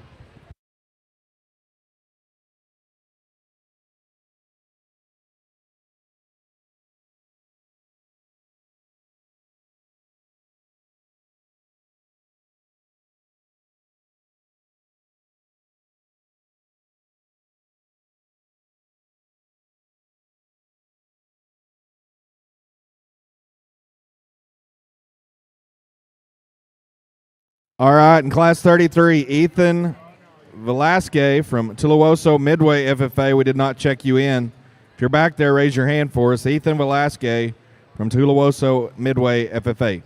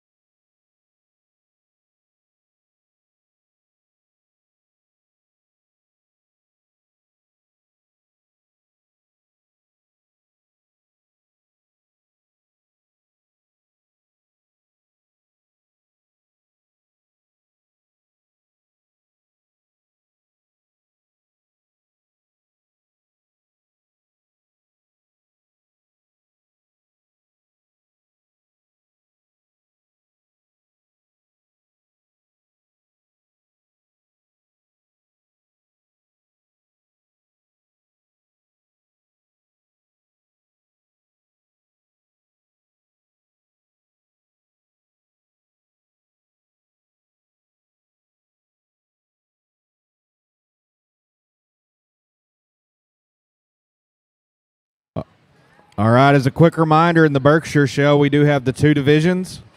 So at the conclusion of Class 34, we will bring back our first and second place winners and select our lightweight division champions. So again, if you're first or second, remember, after Class 34, we'll bring you back for that division award.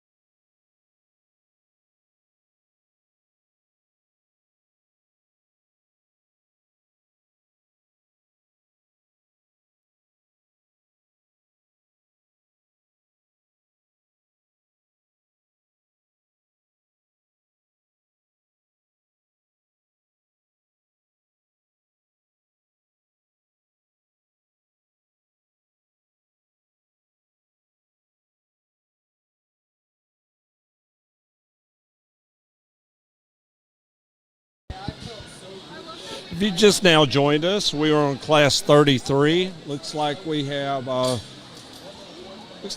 7 pinned. The judges are out. We're analyzing those in the big arena, but there could be some under the scale as well. As they're evaluating those out in the big arena, I have the sire results of Class 32. Our class champion belonging to a Jagger Monroe from Bosque County 4-H. It was sired by Otter's Pocket 16-3. And the breeder is Brandon Ogle from Illinois. Brandon does a really good job out on his genetic operation out in Illinois. Congratulations, Brandon. Then in our second place here, it's Cadence Thomas out of East Central. All right, ladies and FFA. gentlemen, we got a few exhibitors we're going to dismiss. If you would put your hands together for them as they make their way out. Again, in Class 32, our second place, exhibited by Cadence Thomas out of East Central FFA. Her gilt was sired by Off the Chain 2-10. The breeder is Larson Taylor out of Texas. Congratulations to both of these breeders of their high-quality gilts in Class 32.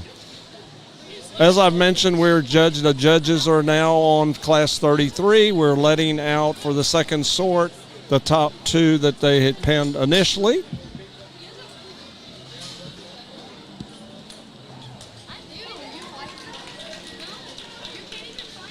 Looks like we have 7 of them that they're going to have to review, the way it looks.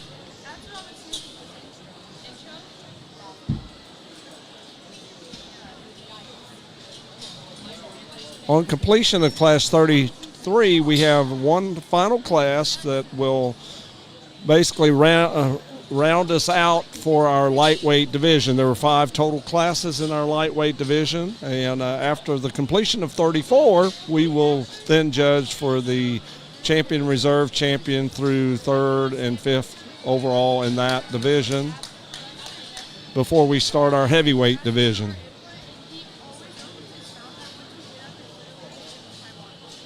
Looks like we've got 2 pinned back now. The girl in the green got back to the pin.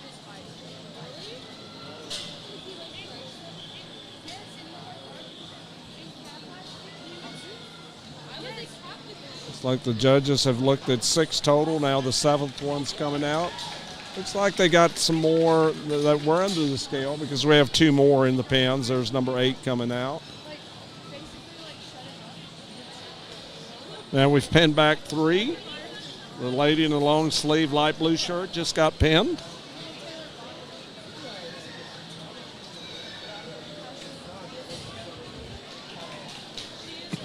The young man in the light colored shirt got pinned. So we have 4 total.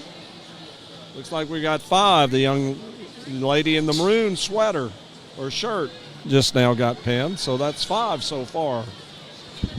All right, ladies and gentlemen, in Class 34 Berks, this is your first call. If you are in Class 34 Berks, this is your first call.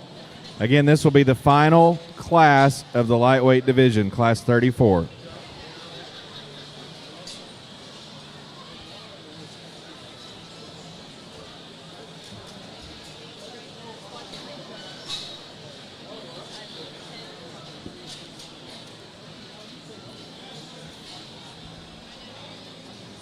You know, San Antonio has done an outstanding job of just seeing and listening to the needs that are needed in the gilt and barrel shows. One of the things they did last year was expand this arena. I can remember the arena was half the size of this, and we didn't have nearly the amount of bleachers. And they listened to their volunteers and people that were trying to help give ideas, and they took the ball and ran with it. They made a much bigger arena that gives the judges and the exhibitors a better opportunity to evaluate your animals, but also gave a lot more arena space in the bleachers to allow more people to see this great event. So great job, San Antonio, for seeing that and improving that as well.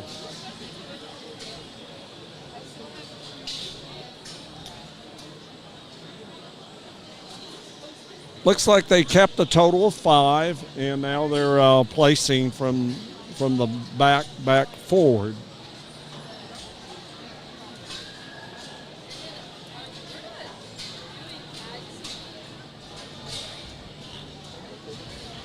Looks like we had 10 total that we kept.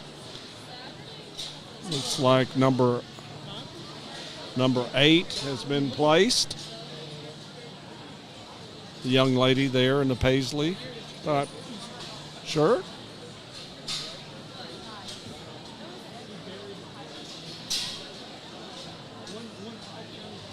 And we're 7th here with the young man. We have the young lady left. That will be number 6. So it looks like we're going to go ahead and have our judges evaluate our top 5 here and place them 5th on up to our first place.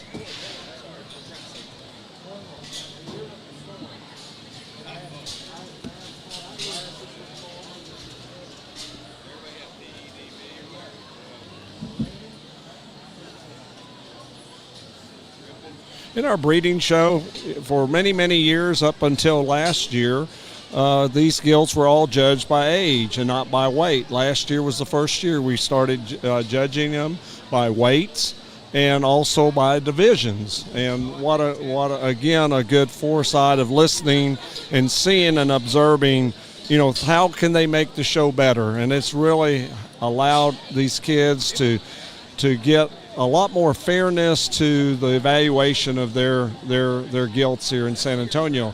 Now they still have to be papered, of course, and aged. And the oldest that they can be is June 1st. The youngest they can be is September 15th.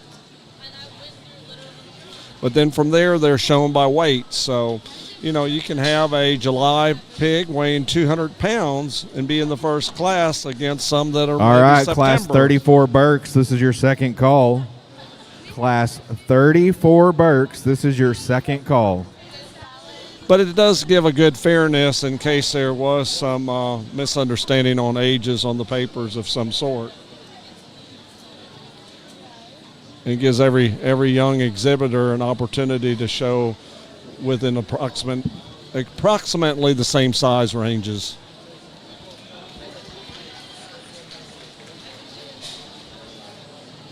Looks like we placed the 5th place.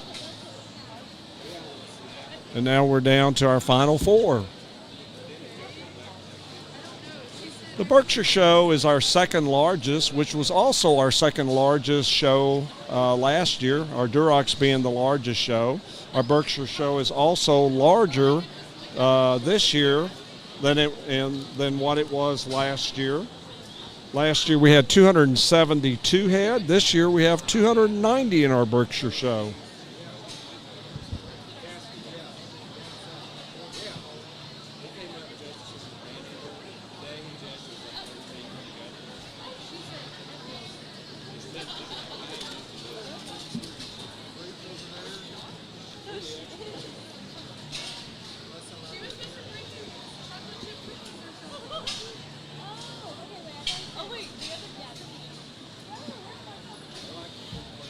Well, what's amazing to me is the total entries that San Antonio has here.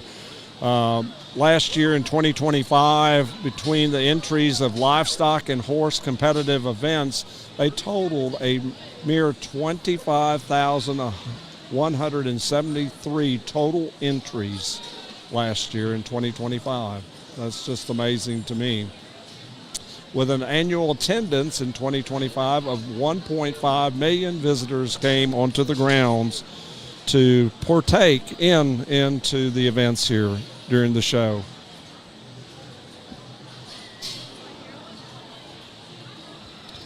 Looks like we're down to the final 3.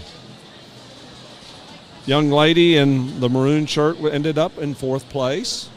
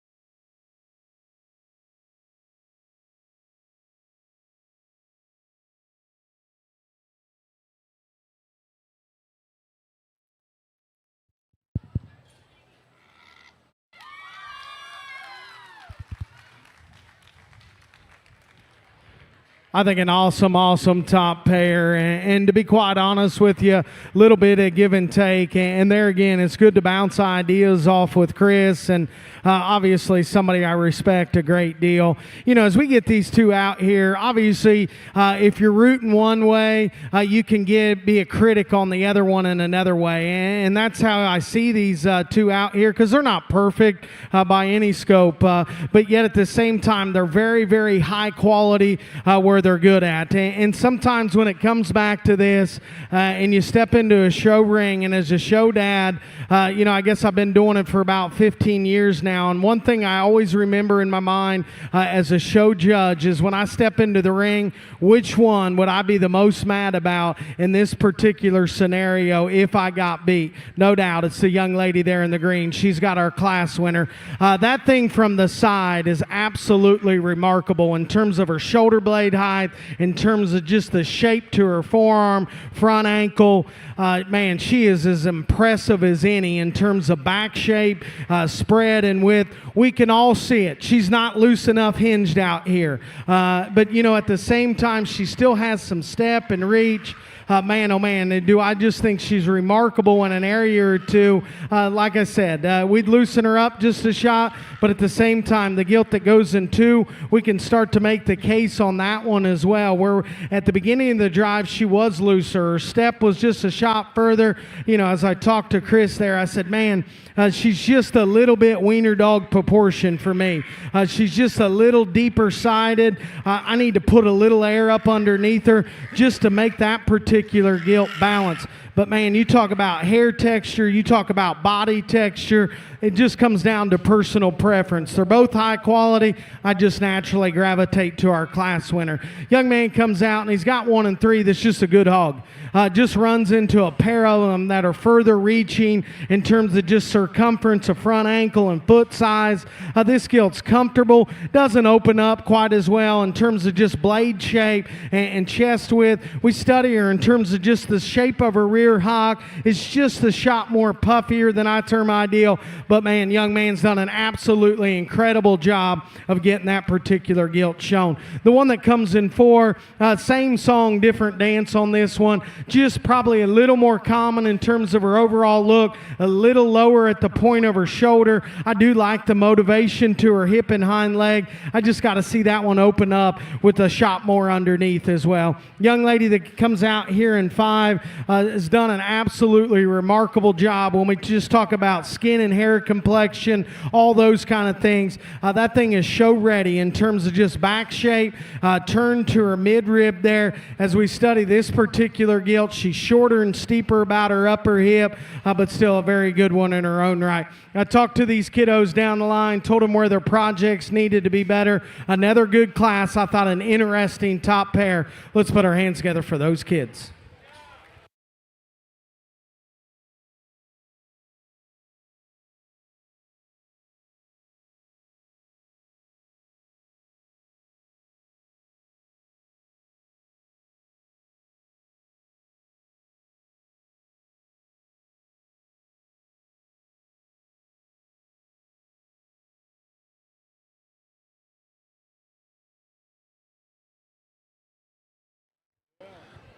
All right, ladies and gentlemen, in Class 34, you need to be to the show ring. If you're in Class 34, we need you here. Class 33 results. In 10th, we had Chase Eckert. In 9th, we had Brooklyn Vanda from Dehanis FFA. 8th was Ella Reedus from Long Creek FFA. 7th was Jordan Henley from Albany FFA. 6th was Lillian Boren from Bangs FFA. 5th was Emily Clutter from Marion FFA. 4th went to Adeline Colepel from Medina County 4-H. 3rd went to Holt Sims from Erath County 4-H. 2nd was Braylon Crooks from Perrin FFA. And our class champion went to Ava Luke from the Hampshire Fannet FFA.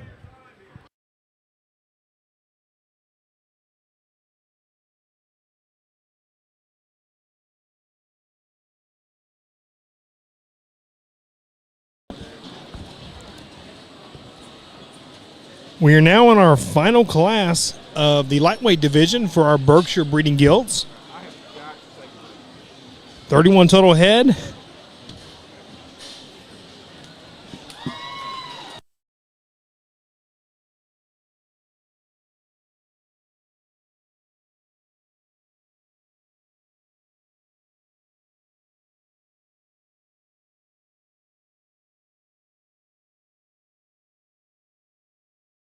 I apologize. Class 34 weight ranges on these gilts is 253 to 264.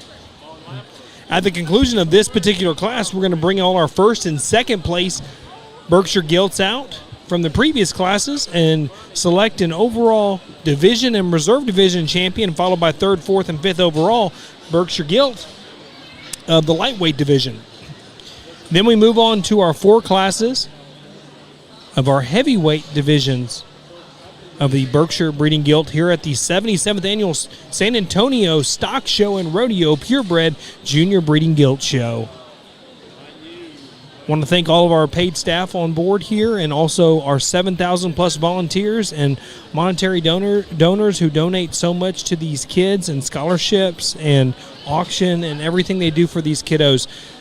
You talk to anybody who works here at San Antonio, the first thing they always say is like, we could not do this without of all of our 7,000 plus volunteers that make up this show, dedicating their time to making this thing great for the kids, better for the kids, exciting, fun for everybody involved, and make an impact on everybody who comes here.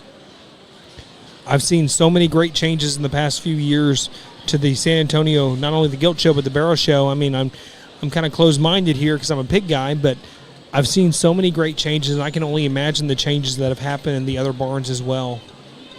I know they're fixing to make some big changes before too long as well. So stay tuned. It looks like we have a couple pinned back right now.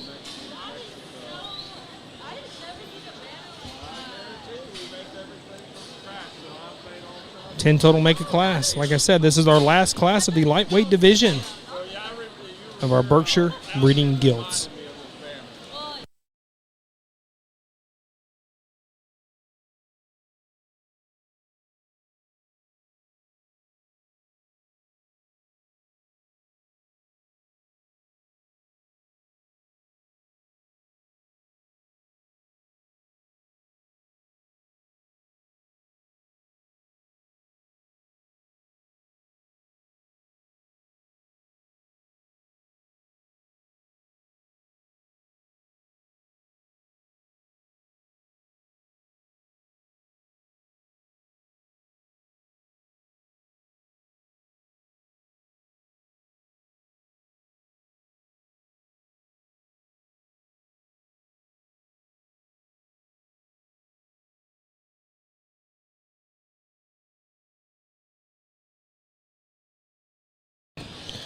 Looks like we have 4 or 5 pinned back so far. And once again, this is our final breed of the day.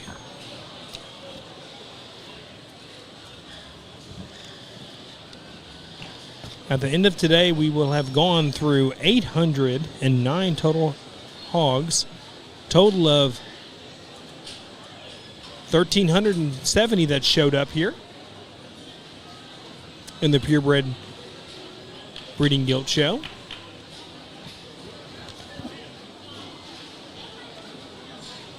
Tomorrow consists of Spots, Chesters, Poland Chinas, Yorkshires, and Herefords.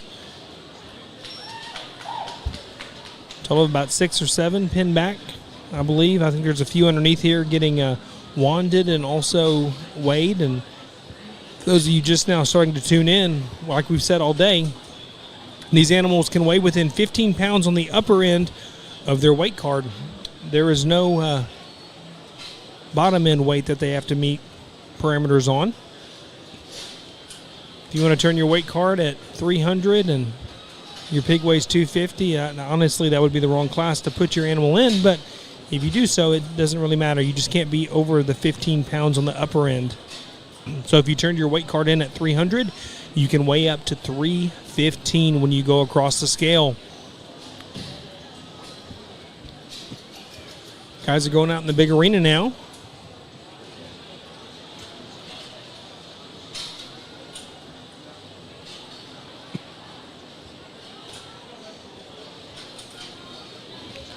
Kind of sort through. I know of 6 individuals out here that are held back for a chance at a top 10 placing position. And there's 4 out in the big arena right now. These guys are kind of evaluating. They're going to see if there's anything else they want to pull back.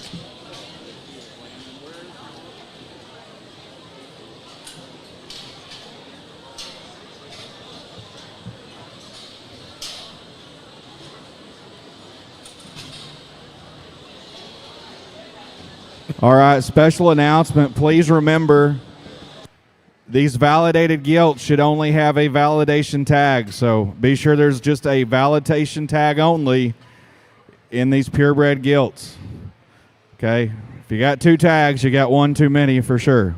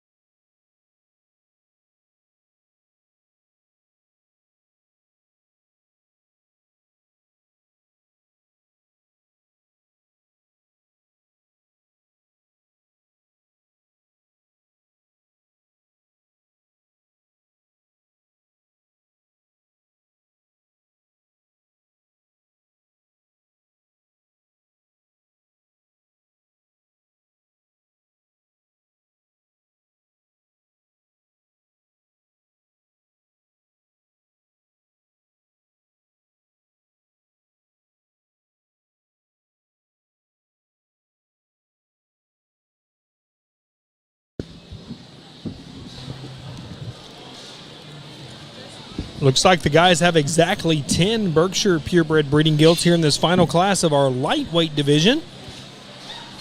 He's going to pin some of them back for the top end of the class and then place from the bottom up. As they're doing that, I have the results of Class 33 on our Berkshire class, it being the second to last class that'll round out our lightweight division. Our class champion in that Class 33 belonged to Ava Luke, and the sire of her gilt was Top It Off 11-1. Mark Johnston of Texas was the breeder. Congratulations, Mark, with a great job of breeding on a really nice gilt. In our second place was Braylon Crooks, and her sire was Above All 23-4. And this is cool. She is also the breeder of this gilt. She raised this whole litter, I'm sure, and this was one of the ones out of her litter she showed here. So great job to her, and really having some lifelong experiences by going through all aspects of this process. So if you just now joined us, we're in our final class of the lightweight division of our Berkshire show. Looks like we've got 5 pulled back at this time. And he will place these. So what they've go been ahead doing from the bottom up now. Yeah, huh? so he'll place from 10th to 6th place and then pull these other 5 back out again and place your top 5. Looks like we have our 10th place sorted out. Young lady in the green and white will be 10th.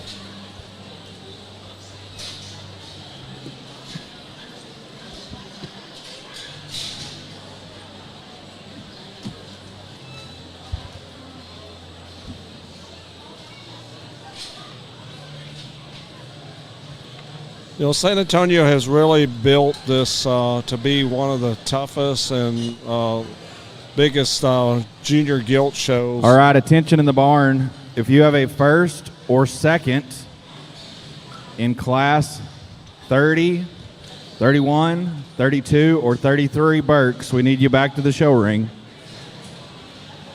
If you have a first or second, class 30, 31, 32, and 33, Berks, make your way back to the show ring. They've built this program around scholarships, and that's really what has made it the toughest and the largest, I think, junior gilt show in the Purebred United Gilts show States. for sure. Looks like they've let out their first one there. Yeah, Now they're- followed the second here. They're judging their top 5 in this final class of the lightweight division. At the conclusion of this class, once again, they will pull all the first and second places back out here for the lightweight division and reserve division champion, followed by 3rd, 4th, and 5th overall division of this lightweight division. And then we will move on to the 4 classes of the heavyweight division. And then conclude it with the selection of our Berkshire Drive and start up again tomorrow, I think at 7 a.m. Is that correct? I believe that is correct. We'll start with the spots. We've got one more to pull out here, and then that'll be the 5th one. So then we will place from 5th up to 1st.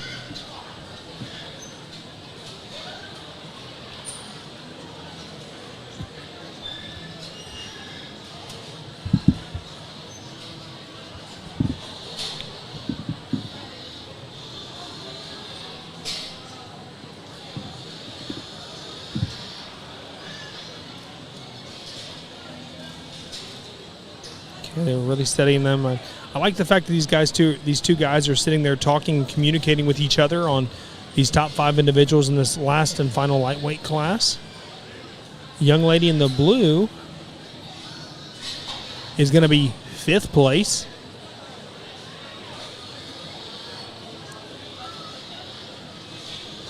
Down to 2 young men and 2 young ladies.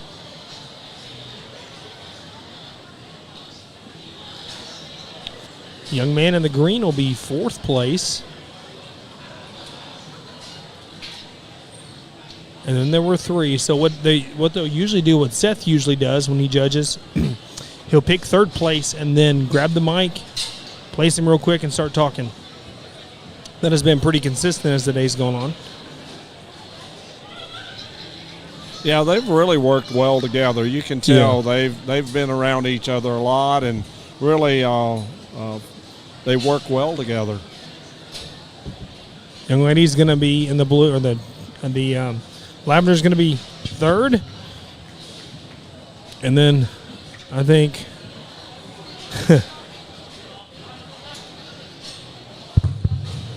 here we go. Oh, man, another good class, and they keep rolling in the Berkshire division. Got a very, very good top pair. I got a special one here on the top. The young man there on the far side's got our class winner. Just in terms of a balance perspective, in terms of design and presence and all those things, looks like a big ring show gilt. She ties her spine in right, awesome swoop to her midsection, stays motivated in terms of her hip and hind leg. I love her body texture. I love her condition. She looked like she come here to dance here this afternoon. Young lady's got another one here in 2.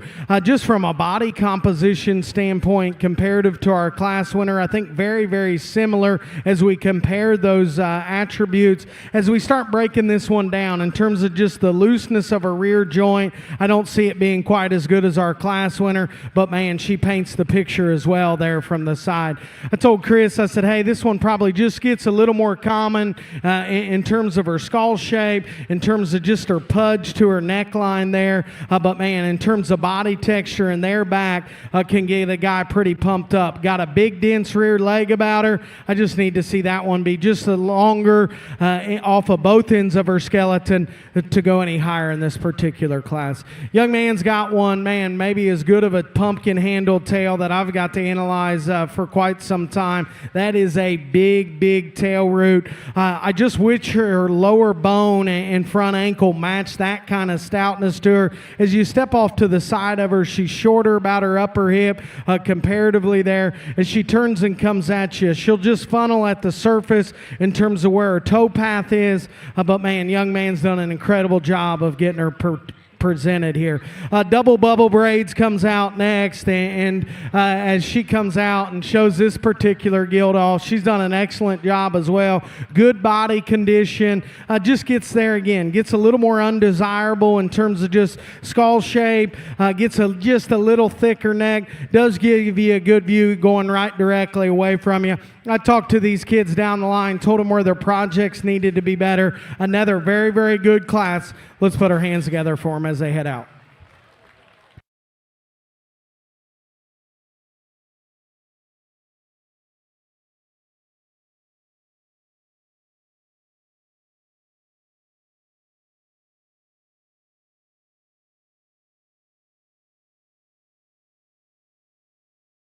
All right, congratulations to our Class 34 competitors. We will have those results in a few moments, but at this time, if you are a first or second in any of our lightweight Berk classes, we need you to the show ring. If you're first or second, Class 30 to 34, we need you to the show ring.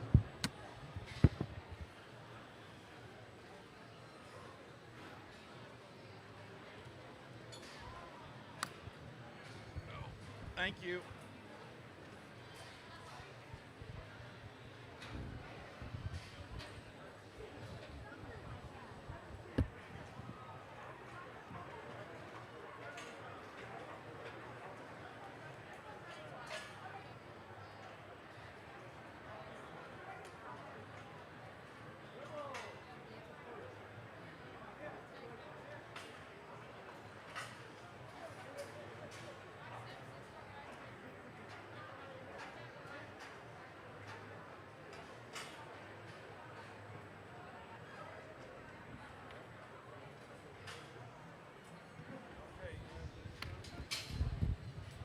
All right, ladies and gentlemen, in our Berkshire Division drive for the lightweights out of Class 30, we've got Riley Wasick from Johnson County 4-H. After that, in Class 31 is Ashlyn Stricker from Medina County 4-H. Out of Class 32, Jagger Monroe, Bosque County 4-H.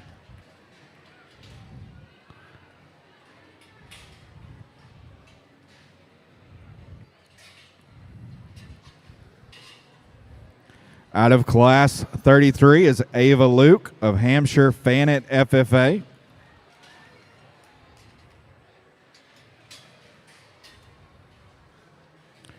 And then out next, from the heaviest class, we've got Ryan Chandler of Victoria County 4-H. Again, in this division, we will select a top 5 overall. If you would, put your hands together as we get these young people out here, and let's show them our appreciation for what they're doing.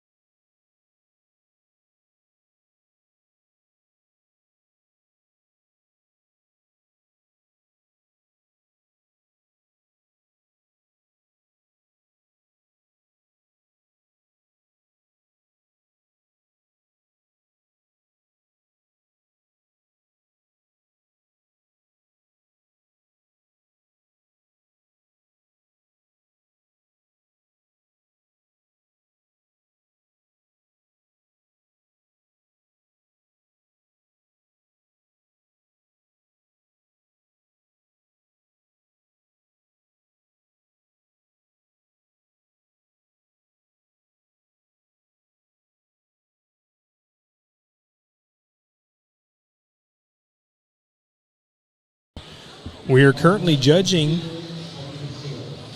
the lightweight division champion. These are all first places from the previous classes of lightweights in the Berkshire breed. All very uniformed as a whole. Subtle differences between the 5 here. But when it comes to the breeding stock, and that's what we're looking for here in these purebred breeding gilts, they all have really good parts and pieces that will make them phenomenal mamas one day. And that could breed the next champion or reserve champion at any county, district, or state or national level show. Just takes one good pairing. Let's hear what Seth has to say. I told Chris, I said, hey, these Berkshires have gotten me fired up here. The quality's been deep within the classes, and it's been fun to analyze. And I think it comes down to 2 or 3 of them where you can make a case for them. And I'm not going to talk all 3 of them out here quite yet. Because, I think as you can read our mannerisms and eye contact with which ones we kind of lock on to, it's kind of the 3 right here in the center. As they come and go here, I think all 3 of them are very, very high quality. One of them out here just looks like a big ring show gilt, in my opinion. In terms of longevity, in terms of being an incredible sow prospect, man, I think you could put a level on her top there, and it's not going to, go between the lines. It's going to stay in between the lines. She's flat back. Her hip and hind leg is absolutely to die for. Young man out of the last class, you're our champion D1. All right, congratulations to Ryan Chandler, Victoria County 4-H. Out next from that class is Briley Clufus from Marion FFA.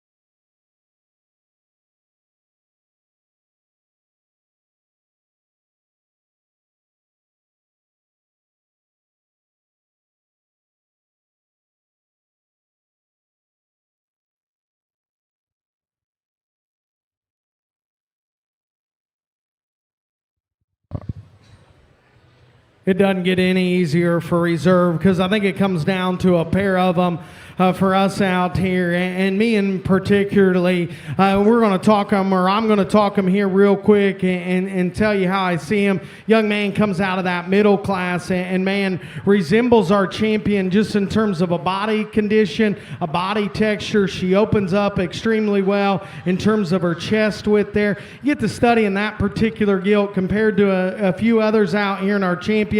She's a little lower at the point of her shoulder there. She's just a little steeper and rounder about her upper hip. But man, does she paint the picture in terms of maternal values, in terms of the swoop to her midsection, all those kind of things to make the next generation better. And then we talk about the young lady there in the green. Man, that thing looks expensive. I know we had a banker on the far side there studying them crosses.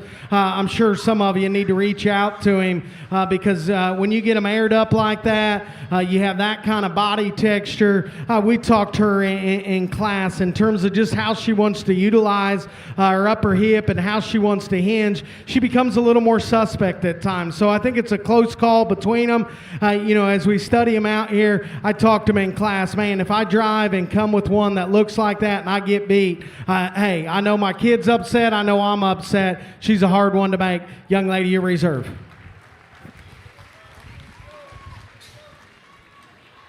All right, congratulations to Ava Luke of Hampshire Fannet FFA. Out next, Braylon Crooks, Perrin FFA. All right, third out will be Jagger Monroe. Coming out next will be Cadence Thomas of East Central FFA.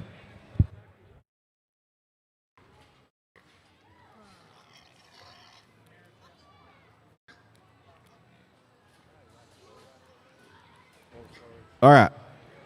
If you're in Class 37 Berks, this is your first call. Class 37 Berks, first call.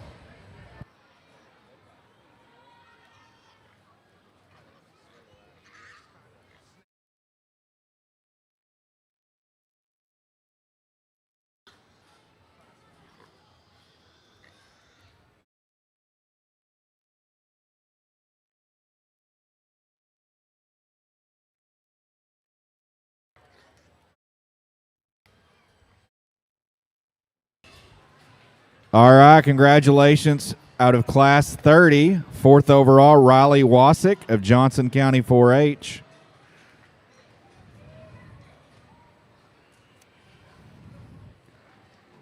Out next should be Jesse O'Donnell from Alito FFA.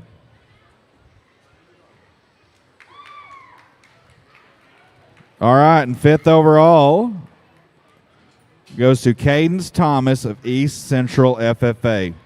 Again, each of those top 5 kids will come back for our breed champion awards at the end of the Berkshires. So if you are 1st through 5th, be aware you will come back one more time for champion Burke. Class 37 again is needed in the back. This will be a second call. Class 37 Burks, you can start coming this way.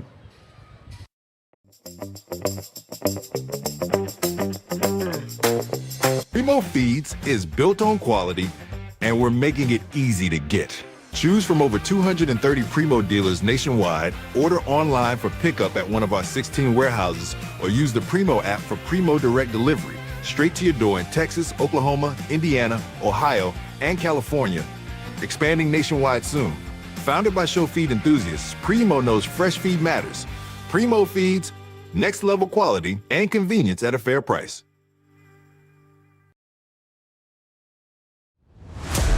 Husky from Winning Enterprises is a one-of-a-kind, multi-species supplement designed to promote show-ready shape, mass, and bloom.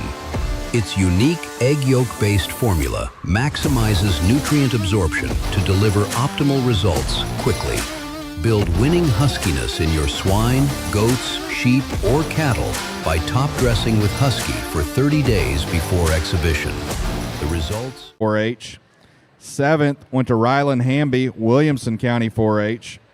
6th went to Wyla Little from Grosbeck FFA. 5th was Zandy Reese, Lamb County 4-H. 4th was Keaton Fawn of Cameron County 4-H. 3rd was Madison Clark of Rockwall County 4-H. 2nd, Adams Fab.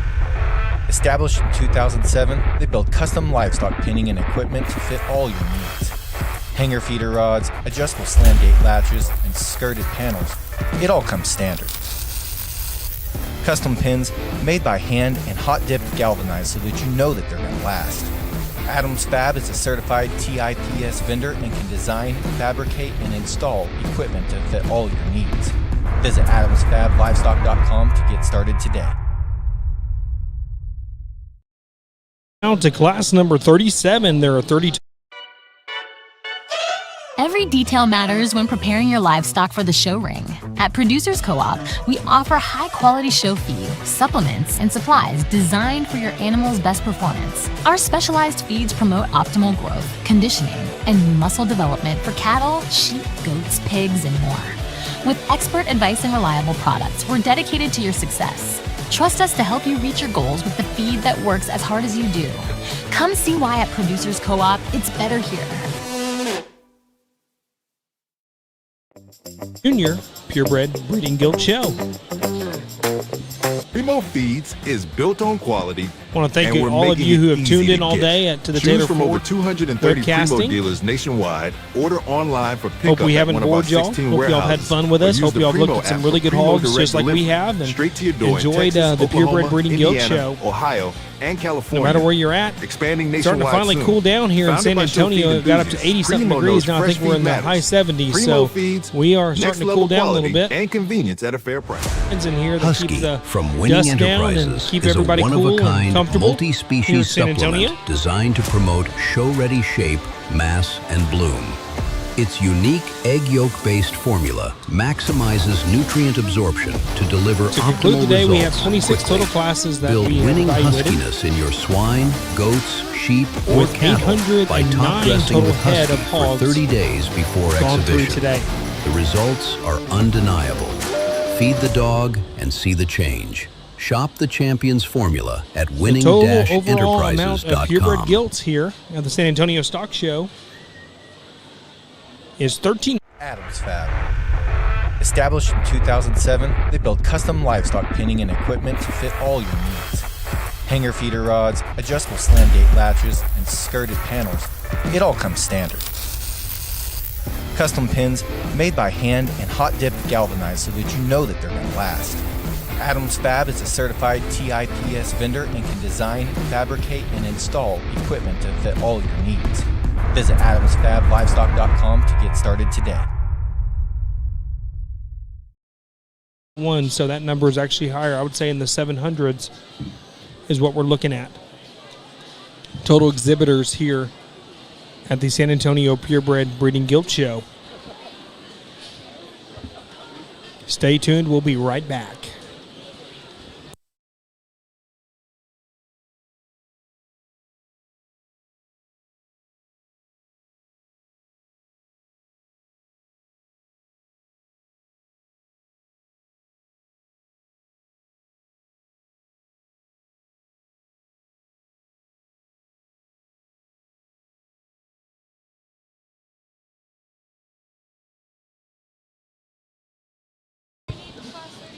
I just talked about all this. I just talked about all this part, so you're good to go. Okay, we've already had the final conclusion of our Berkshires, but I was not able to get you Class 34 sire results. But our sire results of Class 34, our class winner, who is also the overall champion of our lightweight division, Ryan Chandler. His sire of his gilt was Upward 21-2. It was bred by, I think, Lane May from Kansas. Lane, I'm not sure which way it's pronounced, but I hope that I've got it close for you. And then our second place was Briley Clofus, and the sire was also the same boar as our class champion. It was Upward 21-2 as well. And that was breeder of that. Her gilt was Caboyson Show Pigs out of Iowa. Congratulations, both of the breeders, for raising two fine individuals there. And I'm sure you've already got the results, but I'll mention it one more time. Mr. Chandler had the champion overall. Ava Luke had the reserve champion overall. Reserve champion division, and it was bred by Top It Off 11-1, and then the third overall was Jagger Monroe. Otter's Pocket 16-3 was the sire of that gilt. Brandon Ogle from Illinois was the breeder of the third overall in the lightweight division. Our fourth was Riley Waskin, and the sire of it was Upward 21-2. Upward 21-2 bred quite a few in this lightweight division, and that was the breeder of that was Russell Canese Morgan Davis Genetics out of Texas.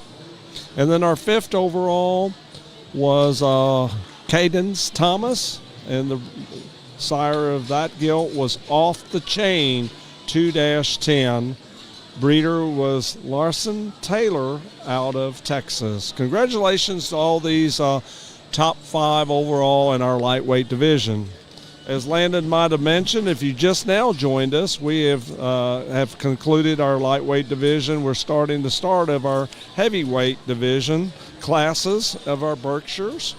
We have 4 total classes in our heavyweight division, and there's on class 37. The weight ranges is from 265 to 274, and we have 30 head in this starting drive of our heavyweight division. The judges, we've only got 131 total head for them to evaluate, and then that will complete our day today of the start of our Junior Purebred Breeding Gilt Show. By the time they finish these 131, our judges have evaluated 809 total head, and with a total of 26 classes that they have evaluated, not counting the classes that we call the division and reserve division and the 3rd through 5th or 3rd through 4th, depending on the breed, overall classes. So they've gone through a lot of classes today and have done an exceptional job. They work so well together. You can tell they respect each other and feed off of each other, and this is not their first time of doing things together. You can tell the comfort level of both of these judges working together, and I think you can, the reasons match what they say the animals are, and they've given each and every one of our exhibitors a fair opportunity and a great evaluation. Sometimes they did 3 initial sorts to make sure that they check all the boxes, and you can't ask any more of a judge than that.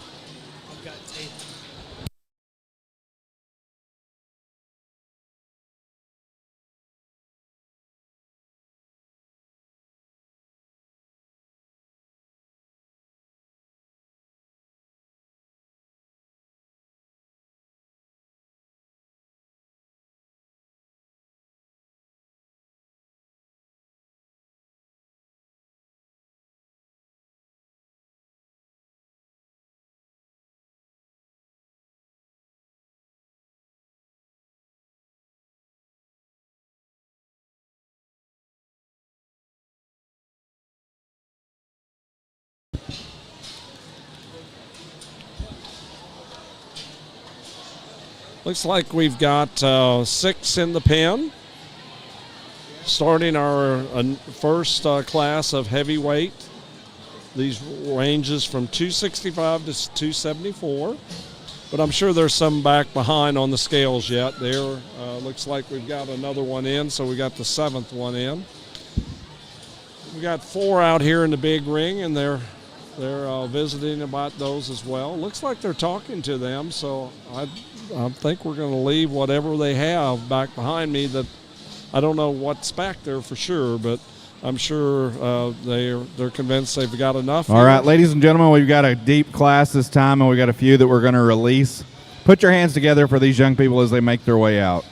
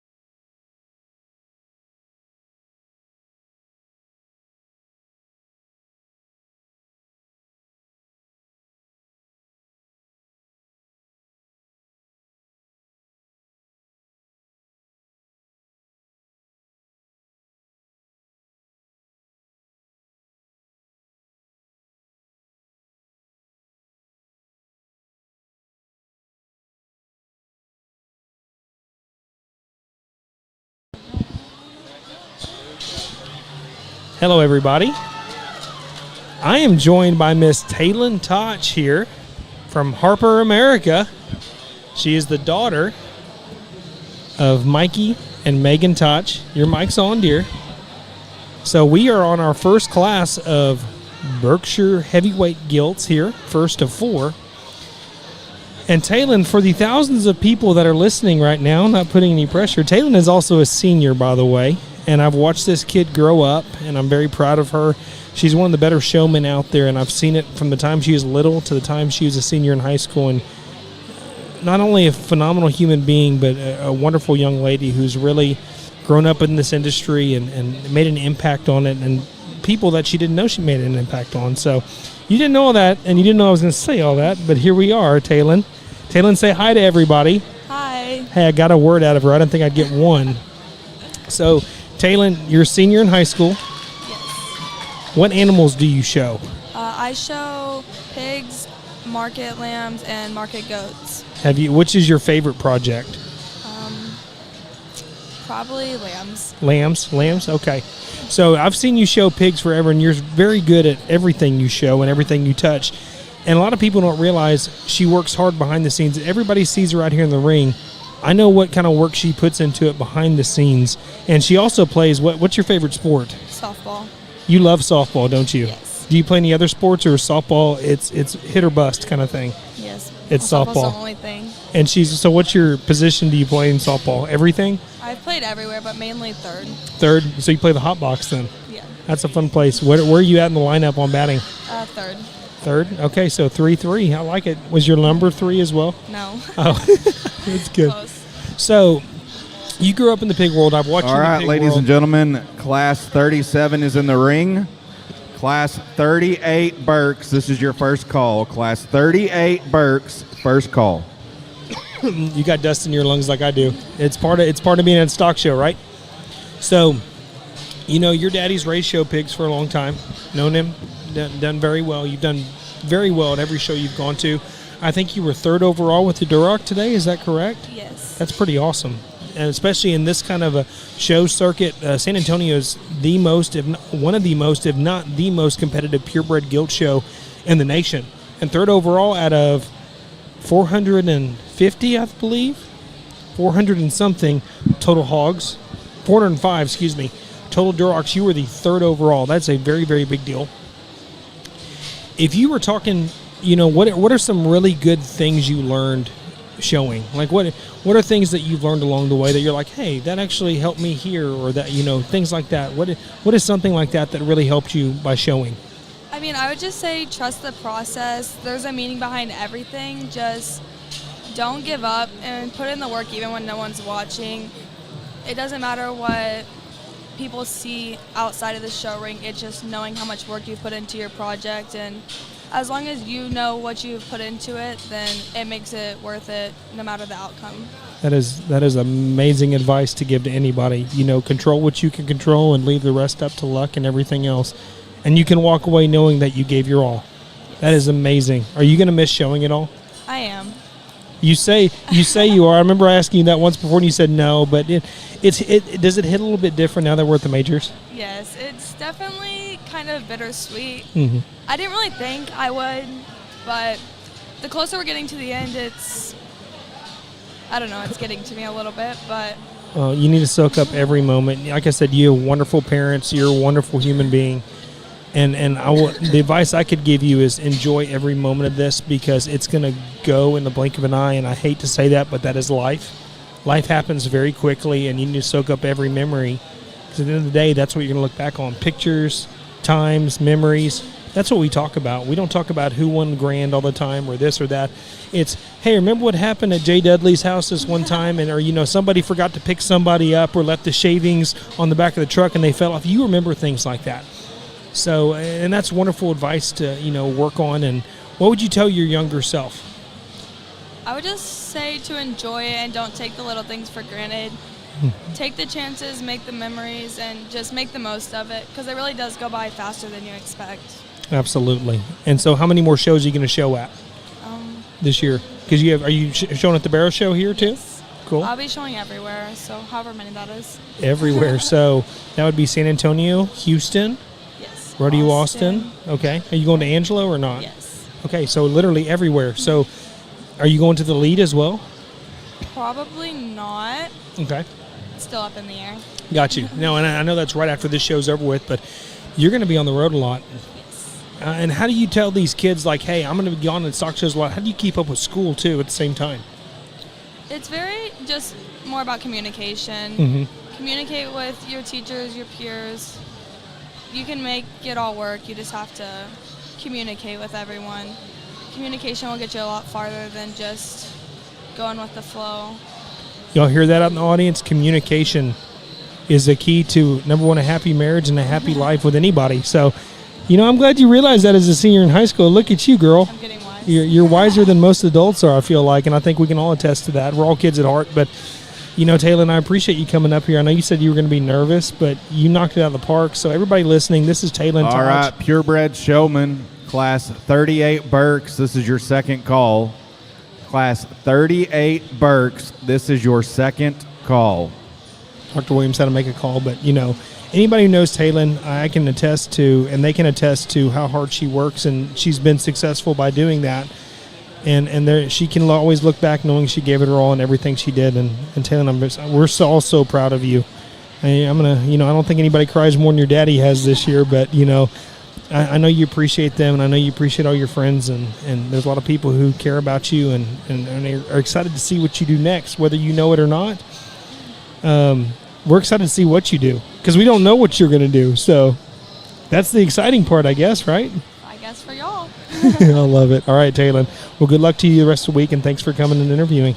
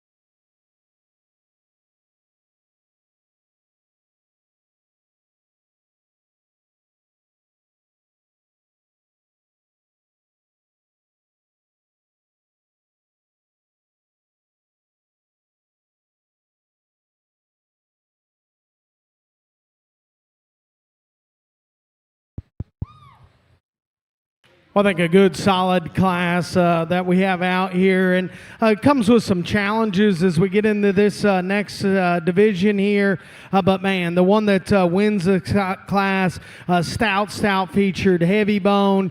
She's got a stout mug about her, and you could say, hey, she's just a shot cheeky. But man, you talk about pliability, you talk about looseness of skeleton, and her view as she comes at you gives her the green light to go ahead and win this particular class.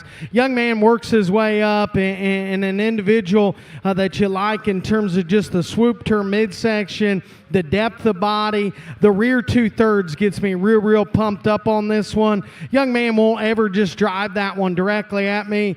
He does now because he's putting second. I could see it at glimpses there. I like her in terms of the base of her chest. I wish she remained just as square at the surface as you watch her toe path come right at you. But man, very similar to the class winner in terms of rear 2/3, body composition and texture. I think very good. Young fella that double whips it coming out here next. He's got a gilt that, I slam back quick each time because, hey, when you shoot out of the gate with that kind of presence, that kind of look, I'm going to gravitate to it right away. I think her presence and look, we can make a case and say, hey, she needs to be the class winner. The longer the drive goes, you start breaking that one down in terms of where her shoulder blade placement is, in terms of where her knee column is. And honestly, of the top trio, she's the frailest about her arm and front ankle and foot, but still, young man does a tremendous job of getting her driven. Young fellow that comes out here in 4 has got another one that he's done an incredible job with, just in terms of skin and hair, presentation, all those kind of things, and compliments to him on it there. As we get to studying and analyzing this gilt, she's a little more east and west in terms of how she wants to hinge. My biggest concern on this particular gilt is when I study her from a toe quality standpoint, the position and turn to her rear foot for this particular show judge isn't quite as ideal. As we drop out the one that comes out here next, we got to open that one up in terms of chest width. She's comfortable in terms of just how she goes from the side there. Just simply runs out of feature. I do like her midsection as well. Good class. Let's put our hands together for those kiddos as they head on out.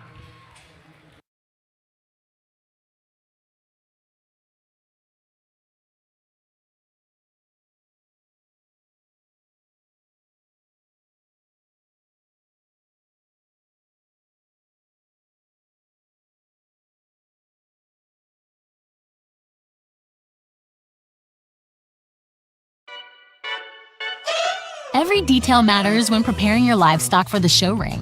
At Producers Co-op, we offer high-quality show feed, supplements, and supplies designed for your animal's best performance. Our specialized feeds promote optimal growth, conditioning, and muscle development for cattle, sheep, goats, pigs, and more. With expert advice and reliable products, we're dedicated to your success. Trust us to help you reach your goals with the feed that works as hard as you do. Come see why at Producers Co-op, it's better here. Faye. 7th was Hartley Kutch from McLennan County Primo 4-H. Feeds is built on 6th, quality, Carson Mitchell, and we're Midland making County it easy 4-H. to get. Choose 5th, from over Kai 230 Thibodeau, Primo Kaufman dealers FFA. nationwide. Order online for 4th was pickup at one Jackson of our Powell, 16 Jordanton warehouses. FFA. 3rd was James Vaught from Iredell FFA. 2nd, John Jones, Perrin FFA. And class champion went to Cutter Looper from the Lipen FFA.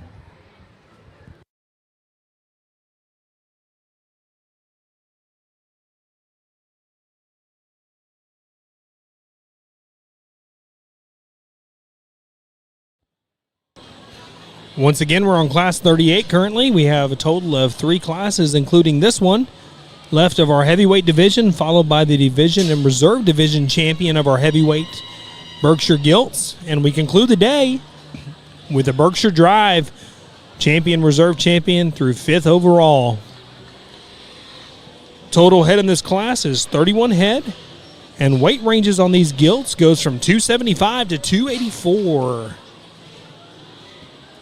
Had a really good, fun day today. I just had a senior come up, Miss Taylor Toch, and she did a phenomenal job. She told me beforehand, she's like, I'm very nervous about this. I said, just go be you and do your thing and answer your questions with your heart. And she she very much so did that. I'm very proud of her and what she did and coming up here on the spot. And, throughout the day tomorrow, I'm going to do the same thing. I'm going to pick out some kids. I want to spotlight some seniors, whether I know them or not. If I find out they're a senior, I'd like to bring them up here and kind of do a little interview with them and just kind of get their background, what they enjoyed about showing, because there's a lot of kids out there listening that are interested in showing or want to know what the secret is or what the secrets are to having a good, successful show career. And it's not always about the banners and the buckles and winning. It's about the memories made in it, and that's kind of what Taylor spotlighted, going home and giving your all even when nobody's watching, because you can turn around after you show and know that, hey, I did everything I possibly could, and I can feel comfortable and move on knowing I did everything I could. So very proud of her and very proud of so many other kids that have been showing today, whether I know them or not. It's been fun watching these kids have fun here at the San Antonio Purebred Breeding Gilt Show. Also want to give a shout out to all of our volunteers here that have taken time away from their work schedules to be here and to support these kids and to keep this ring flowing good and to keep these kids happy and giving them what they need. A lot of people don't realize they're constantly filling these water bottles up for these kids. They've got 5-gallon buckets full of water that somebody's taken back and forth from the restrooms or the wash racks, which is not very close, by the way. And they go over, fill those up, and come back and make sure these water bottles are filled for these kids for the next class. So little things like that we take for granted, but it's much appreciated, and it's a thankless job. But if you see somebody out in the ring, tell them how much you appreciate them coming and helping these kids, and keep in mind that they're doing this on their own time, and they don't have any skin in the game here.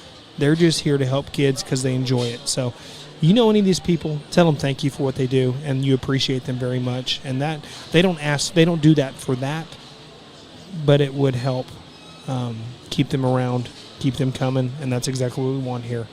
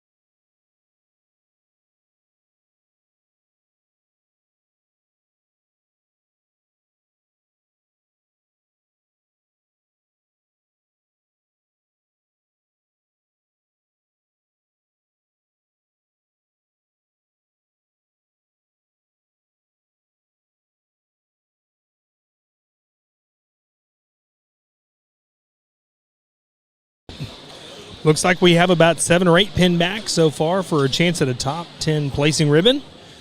There's 4 out in the big arena, and I'll tell you, and maybe Seth and Chris have kind of mentioned this, the heat's getting turned up in this Berkshire breed. They've been good all day, and talk about consistent. So if you were a breeder of one of these stock that's done well here, just know, it's been good from top to bottom. Now, are there pieces that you could change to make them a perfect gilt? Yes, but this is a breeding show. These are breeding stock. You can take bits and pieces that you need in your gilt and find that in a boar, put those two together, and you might come up with the perfect pig. So these top 10 individuals and even past top 10 have been really, really deep set, and something to be proud of as well. We've got 5 out here in the big ring, and potentially has a chance to pin a few. And I know Seth's kind of looking to see how many he has right now. I see 8. That doesn't mean there's not one or two below getting wanded, registration papers checked, and also getting weighed. You can weigh within 15 pounds of the top end of what you turn your weight card in. And looks like he pinned a young man, and the young man will go back to get weighed and have a chance at a top 10 placing spot. As we're looking at these classes, I have the results of Class 37, which was the start of our heavyweight division on the sires. Our class champion who received it was Cutter Looper, and the sire of his gilt was Above All 23-4. There's been several of those as well. The breeder of Cutter's gilt was Price Show Pigs out of Texas. Our second placing class, whose gilt belonged to John Jones out of Perrin FFA. His gilt was sired by Outlaw 16-6. Breeder of his gilt was Garrett Hankey out of Texas. Congratulations to both of these breeders on a job well done. If you've just now joined us, we're on Ladies and gentlemen, ringside, another high-quality class. If you would, put your hands together for these kids as they make their way out. They've just, as you heard, possibly, they've just released the big ring. From what I can see, we've got 8 pinned for sure. They're on Class 38 if you just now joined us. Weight ranges from 275 to 284 with 31 head in this class. On completion of this class, we will have only two classes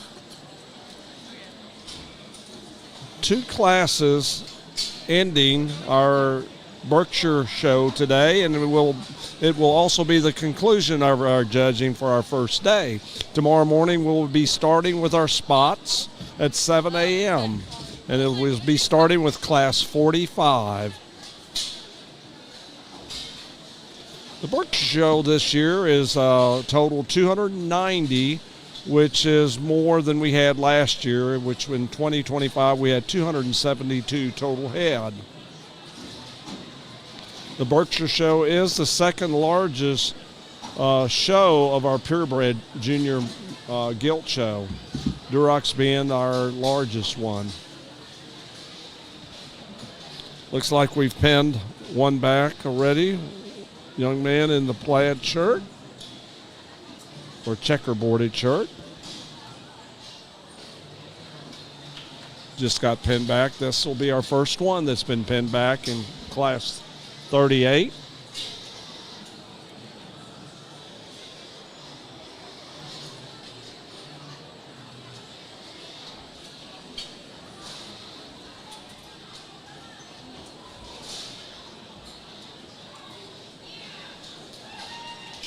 Pinned back the second one in the kind of metallic gold shirt.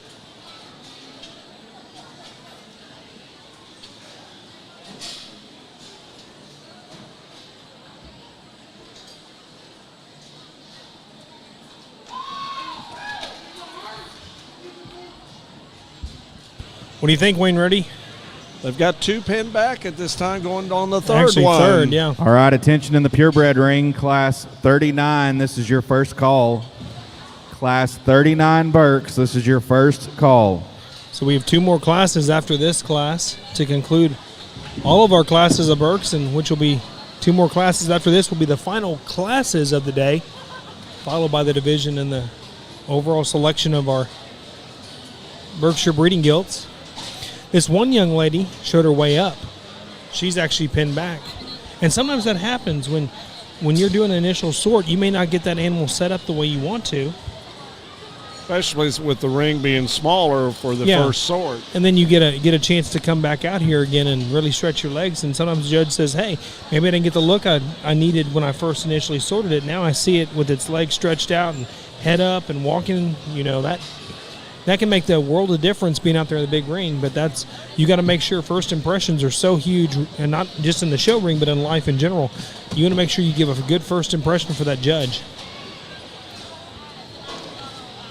It looks like he's got his top 4 that he wants here. Now he's starting to place. So young lady in the orange and white, she was 10th.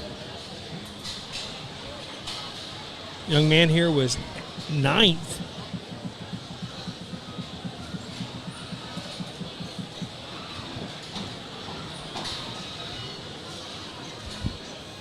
I'm starting to go bald. I wish that kid would give me some of his hair.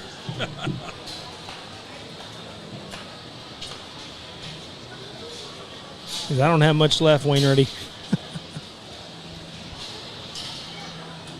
Wait till your daughter's 16. Well, that's when it's going to turn gray.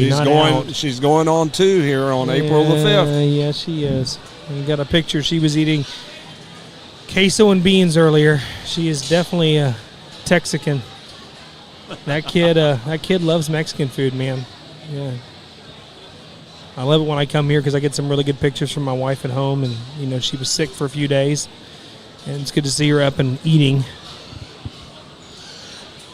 Because kid loves to eat. When she's sick, and she doesn't eat, something's wrong.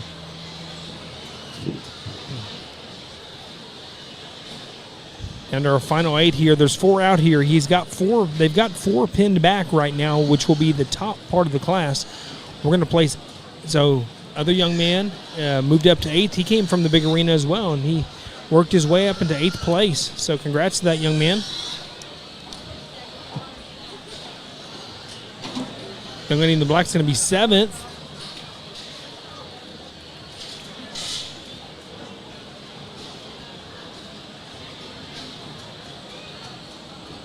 Young lady's going to be 6th. Young man's going to be 5th. And now we're going to bring the top 4 out in the second to last class of the day, right? We're on the second to last class? Yes, we are. So we have one more class after this one, correct? No, let me see here. Yeah. We have 39 and 40 yet. 39 and 40 yet, okay. Two left.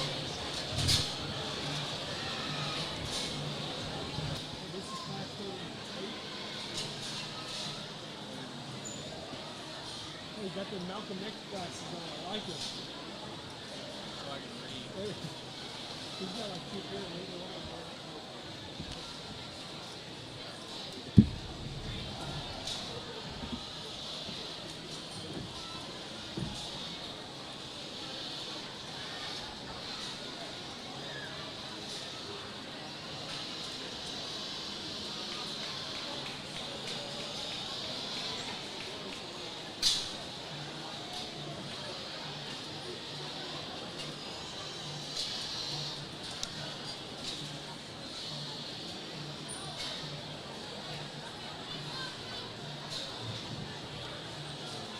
Getting old, I guess, right? We said he had it overnight, so one day you can see the next day. That's how it works. This is like, I got 3 pair of these off Amazon. You've seen the quick ones too. Well, they have those that are Western when I looked at them. They're like $40. I think you get 3 pair of those. I mean, don't you get 3 pair of those?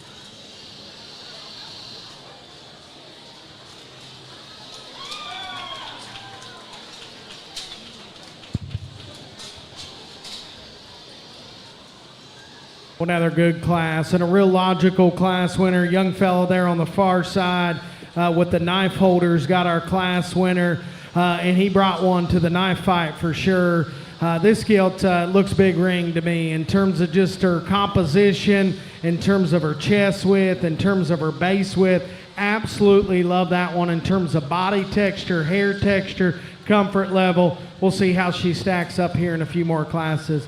Now that the young ladies gilt, just in terms of being a bold back, She's got spread, awesome turn to her loin edge. I told Chris, I said, man, she's so cat-like in terms of her the way she just plants and drives out of her front end, her comfort level, her range and reach, comparative to our class winner there. Doesn't have the extra pizzazz in terms of skull shape, in terms of just character to her lower jawbone. But man, you talk about one big-ended, comfy individual to go ahead and be 2 in this class. The one that drops in 3 here, the longer the drive goes, just becomes a little more concave in terms of her knee. She's a shot more fragile. She's a shot more upright in her shoulder blade placement. But man, young lady's done an incredible job in terms of skin and hair and presentation of that particular gilt.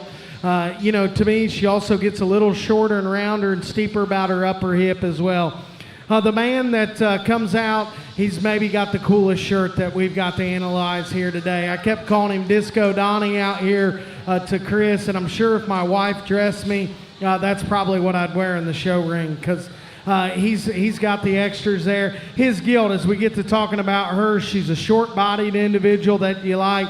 To me, she's got to be lengthened off both ends of her skeleton out here to go any higher in this particular class. Young man does an excellent job. If we're talking showmanship style, he's getting after it, and I appreciate that. His particular gilt gets just a little more cheekier, gets a little shorter about her face and neckline there. Just doesn't have the extra look and design that I like to see. But man, young man does an absolutely incredible job of getting that particular gilt driven. I talked to the kiddos down the line, told them where their projects needed to be better. I thought a very good class. I thought a real intriguing one at the top. Let's put our hands together for those kids.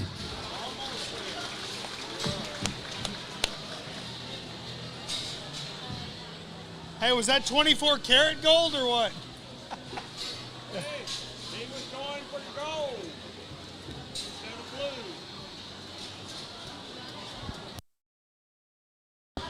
blue. Seth was talking about that kid in the gold. I was like, man, that kid stood out in the, and that's what you want sometimes when you go out there in the ring. You don't want to wear the same color shirt as everybody else. Now, granted, when you have a bunch of really good pigs out there and there's a bunch of them out there, the judge in the back of their mind, they're like, okay, hey, I like this kid's pig, and they look at your shirt or what you may be wearing so they can come find you later if they want to place you up higher or come find you to pin you. That young man, I think he was 4th or 5th. He was wearing a gold. All right, shirt. ladies and gentlemen, if you are in class 39, we need you to the show ring.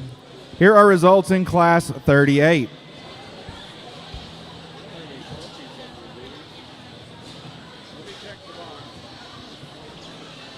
All right, in 10th place, we had Abigail Booker from Marble Falls, FFA. 9th place went to Nathaniel Hall from McNeil, FFA. 8th went to Wyatt Calpe from Medina Valley, FFA. 7th went to Cadence Ellis from Troop, FFA. 6th was Kate Womack from Canyon, New Braunfels, FFA. 5th was Justin Gordon James from Sanger, FFA. 4th was Jace Sims from Van Zant County 4-H. 3rd was Haley Brzezinski from Anderson Shiro, FFA. 2nd was Ireland Klaus from Joaquin, FFA. And your class champion was Carter Stone of the Heiko, FFA. Congratulations to those winners. Again, we are now on to class 39. We will have 40 classes will be the total for the day. So class 39 is now underway. Like I was mentioning earlier, it helps to stand out in the ring. Not just with your animal, but I mean, just in sometimes the clothes you wear. Not saying you got to go all out and confetti and all that other stuff. Like, it's more of you want to wear something that somebody else is not, if that makes sense. If everybody had the same shirt on, it's tough. At least in our show ring, I know it, like 4-H and FFA shows in certain places of the world, they all wear the same shirt. They're all saying we're in unison. I totally understand and respect that. But like when we go to the major shows like this and you have a bunch in your class and they're evaluating a bunch of hogs throughout the day, sometimes it does help if you have the opportunity to wear whatever you need to wear something that stands out in a sense. Like if I were a guy, I'd wear a white and pink shirt because I don't see any white and pink shirts being worn back then. So that I'd wear that shirt or a green shirt or a blue shirt, whatever it may be. Obviously, you don't want to take away from what you're really doing and showing the animal, but it does help when you wear something that the judge can come and find you on. We are on class number 39. This is our second to last class of the day. Class 39 consists of 35 head. This is one of the 3 classes we talked about earlier. There's 35 head in this class. There's 3 total classes that equate in the Berkshire breed to 35, and those are your biggest classes of the day when it comes to the Berkshire breed.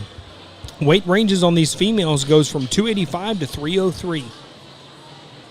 We have one more class after this, and then we will evaluate for our heavyweight division and reserve champion of our Berkshire breed, followed by 3rd, 4th, and 5th overall, the heavies. Of those 4 classes, they'll bring the 1st and 2nd places out of each one of those 4 heavyweight classes for that. And then we will judge our overall Berkshire breed. We'll bring the champion and the 2 champions out of the divisions, the lightweight division, the heavyweight division, for your overall champion Berkshire, followed by reserve champion overall Berkshire, then 3rd, 4th, and 5th overall Berkshire. Breeding Gilt here at the San Antonio Stock Show and Rodeo Junior Purebred Breeding Gilt Show in 2026. Hard to believe this year is already flying by, and it's been a fun year so far, and can't wait to see what the rest of it holds, and it's a good place to start out.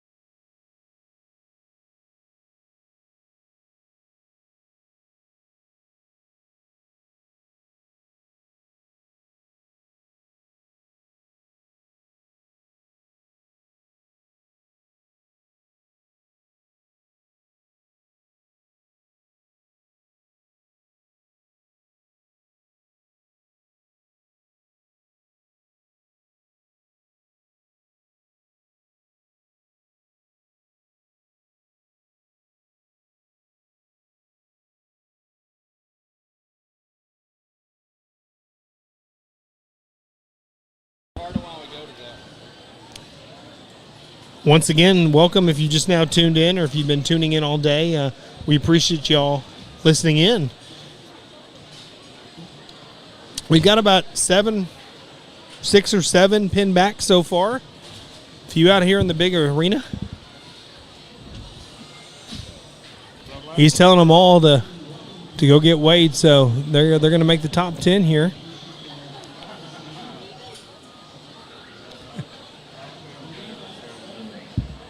So didn't have quite enough to make the class, but that's not a bad thing. That just shows you the quality here is.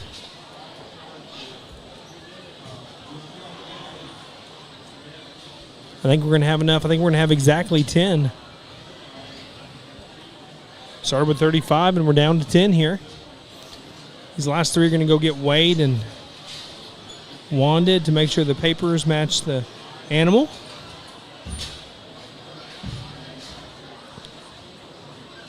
And we'll pull them out one at a time here and evaluate them. And judge really likes them, they'll pin them right back again. And they'll be in the top positions of the class.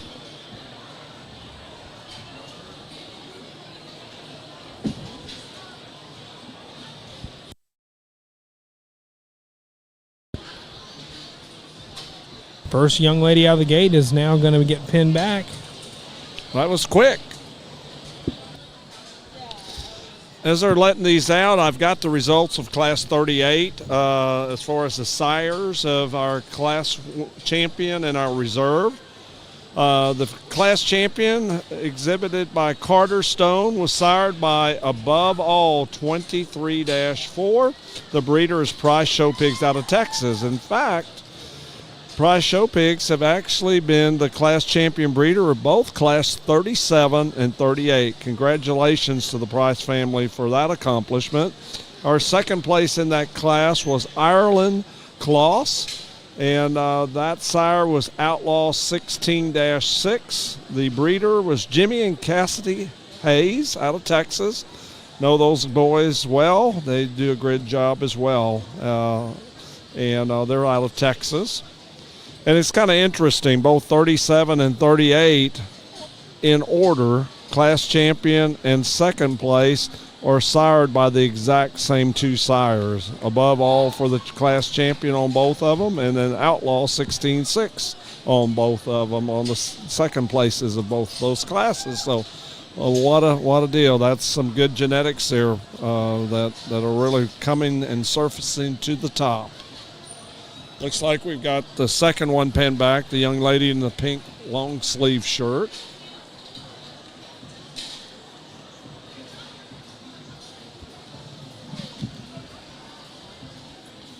If you just now joined us, we're on Class 39. We only have one more class after this to get into our grand finale of our Berkshire show. We'll have to, of course, after Class 40, we will be naming the champion of the heavyweight division, reserve, and all the way through 5th overall, and then we'll pick the overall champion Berkshire all the way through 5th overall. So we still got some things to do yet, but we are definitely on the downhill slide. These judges have evaluated at the completion of the Berkshire show 809 total head and 26 breed classes or classes of Berkshires. And this does not count all of the evaluation of your division champions and reserves all the way through your 4th or 5th overall. So they've done an exceptional job. I really. All right, attention in the barn. Class number 40, Berkshire Gilts. This is your first call. Class number 40, Berkshire Gilts. First call.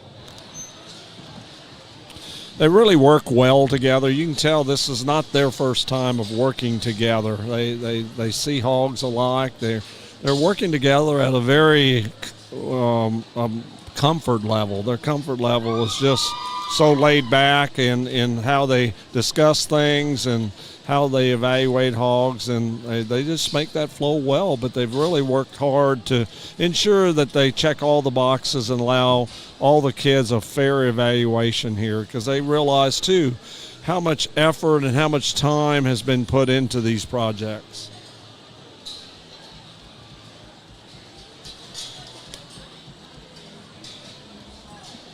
As you see, they're placing from the bottom up. They're now finished doing that, and they're going to do the final 5 now, placing the 5th on up to the first place.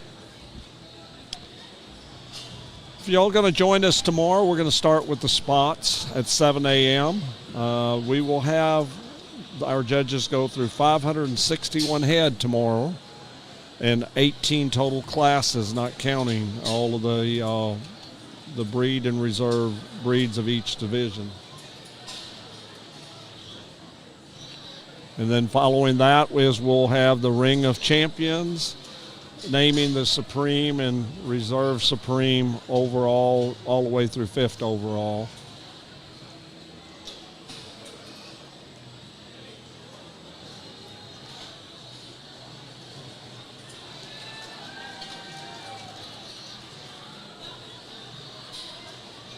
Got our top 5 out here. Looks like we've placed the young man here in the paisley shirt, leaving our final 4. And as the show goes on tomorrow, of course, we will let you know once we receive word of when this Ring of Champions and the award ceremony for our Junior Purebred Gilt show will occur. But they'll usually give us details probably sometime toward the noonish area. We'll probably have better word, or sometime shortly after.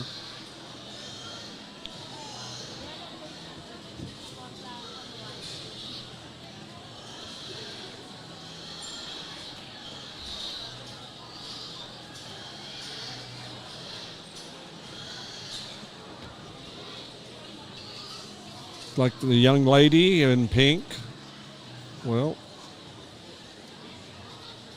was 4th, and the young man was 3rd. We're down to our, that's how it was. So it was 4th and 3rd. We were down to our final 2, and they're conferring. Seth and Chris are conferring here. All right, attention to the barn, Class 40. This is your second call. Class 40, second call.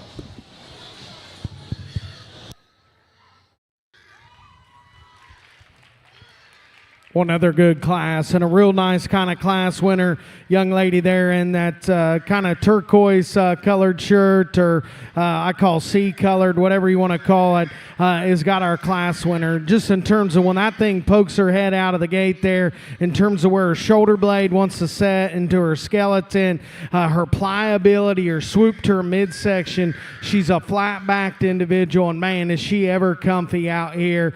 Cat-like in her movement. Sure, the critics and suspects will call her front knee just not quite perfect. Outside of that, she's a darn good gilt to go ahead and win this particular class. I thought the gilt in 2 comes out here, and to be quite honest with you, just from a body composition standpoint, from a proportionality, I thought she followed suit with our class winner. She's not as loose skeleton. She does read with some more feature comparative to the ones that come in 3 and 4. Young man's gilt that comes in 3, she'll paint the picture from the side in terms of being unique in her look. She's just tight in terms of just her lower jawbone there. As you analyze her from that aspect, she's got some freshness in terms of her appearance. You study her out back is where I become more suspect on her in terms of just the shape of her rear hock. I need to see her just be a shot more exaggerated in terms of her rear leg bone as well. But a good gilt in her own right. Gilt works her way up, and Chris saves me on this one. Goes to the sift pin. And once this gilt gathers herself, you begin to appreciate her. She's a big-bodied individual that's got some depth to her. You know, as I get to studying and analyzing her, she's a little shorter and steeper about her hip. She's a little more concave in terms of her footpath as she comes right at you. But, man, from a body composition standpoint, you can get excited. If we got to go to the backdrop, if we got to make them little pig pose, this gilt can look like the champion for sure. Just in terms of bone, skull shape, all those kind of things, like I've stated earlier on a few of these, passes the eye test, doesn't pass the physical test when we set her into motion. Young man's done a good job, though, with her in terms of just presentation of that particular gilt. I talked to these kiddos down the line, told them where their projects needed to be better. Another good class. Let's put our hands together.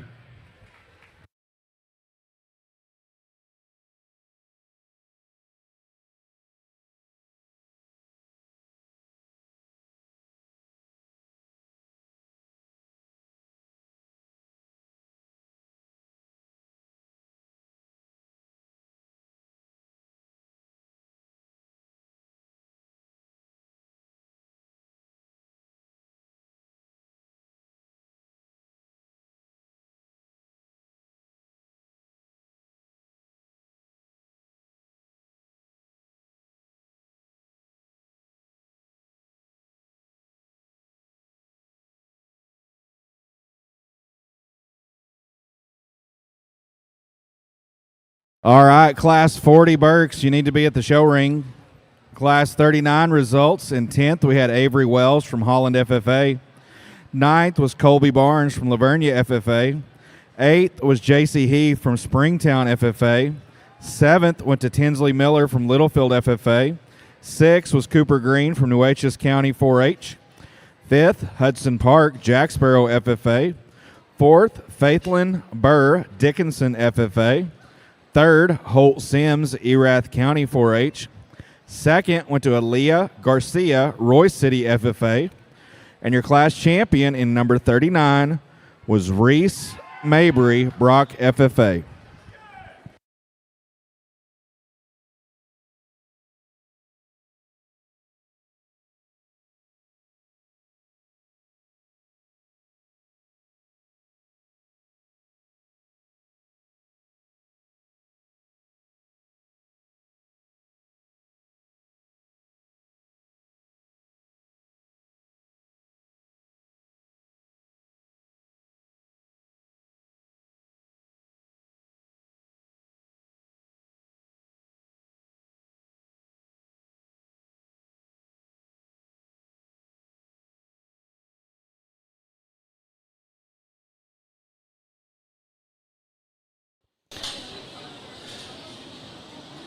We are on our final class of the day, but I think my daughter might be going to bed beforehand. She's 2 years old almost, but I wanted to give her a shout out. Lauren, Daddy loves you very much. He can't wait to see you in a couple days, and you take good care of Mommy while Daddy's out, okay? I love you, Lauren. Bye. So I just want to let you know, that's the most important thing in life, and you parents can understand this and appreciate this. Even when you're away from your kids, you're thinking about your kids, and even when they move on to the next phase in their life, you're always thinking about them, and I'm realizing that pretty early on, thank goodness. But this is what this whole event is about, because I can't wait for her to get to this level and get to show, and me be the stressed out dad back behind the bleachers, can't watch her show because I'm worried how she's going to do or what the judge is going to think, and we've all been there, done that. I haven't got to experience that side of it, but I cannot wait. I look forward to those moments. And so for those of you at home who are taking a break and enjoying your break, much needed break before your kids get that age, just remember what you felt like being out there in the ring and how excited your parents are. You get to live that next moment. And so I want to leave everybody before we finish this last class. I can't wait for the next phase.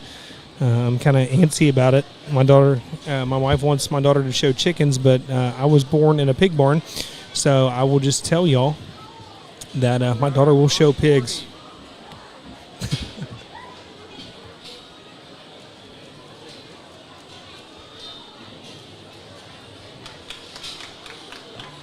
Looks like we have a few pinned back so far. There's one or two in the big arena for a secondary evaluation.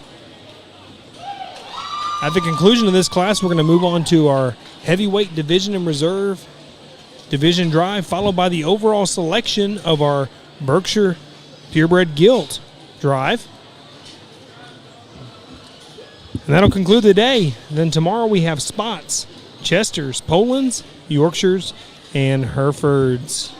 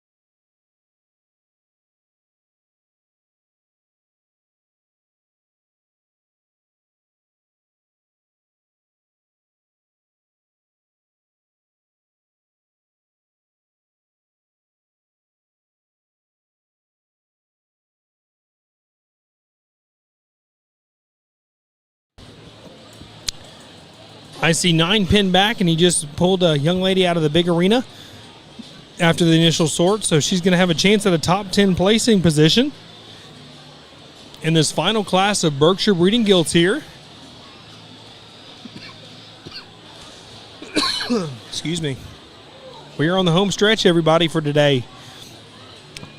809 total hogs gone through today, starting at 7 o'clock this morning with a 30-minute lunch break.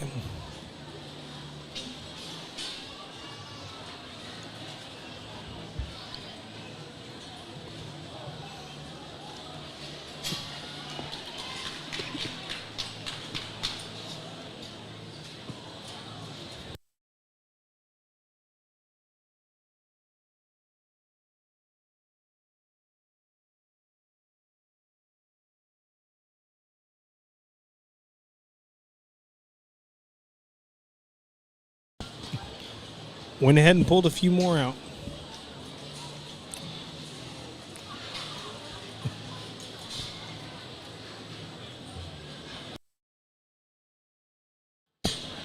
So I think we have a total of maybe 11 in this last class to evaluate for a top 10 placing ribbon. Pulling them out one at a time here. And if the guys really like you, they're going to pin you right back again. And you will have a top placing spot in this final class.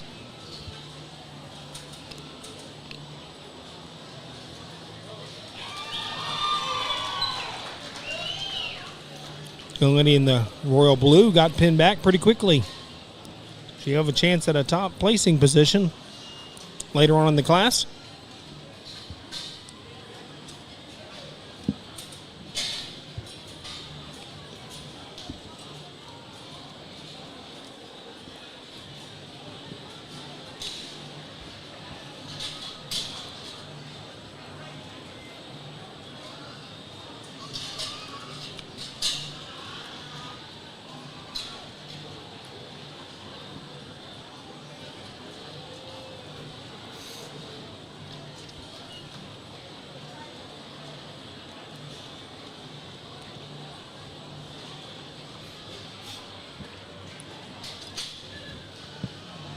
While we have just a few moments here at the end, we'd like to say a few special thank yous. First off, thank you to our judges today, Mr. Seth Keplinger from the state of Ohio, and Mr. Chris Hofschulte from Oklahoma.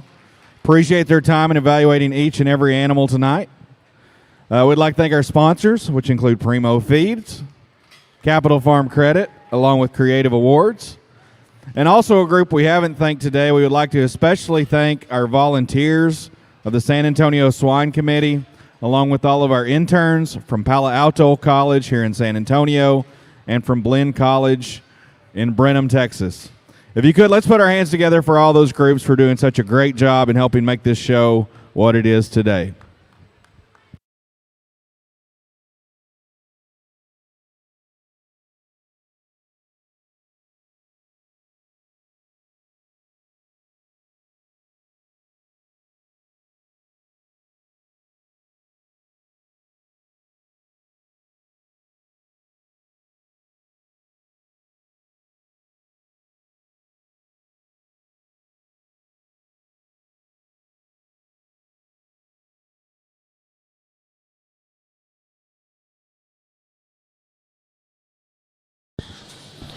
As they're evaluating Class 40, that being the final class of our Berkshire show, I do have the results of Class 39.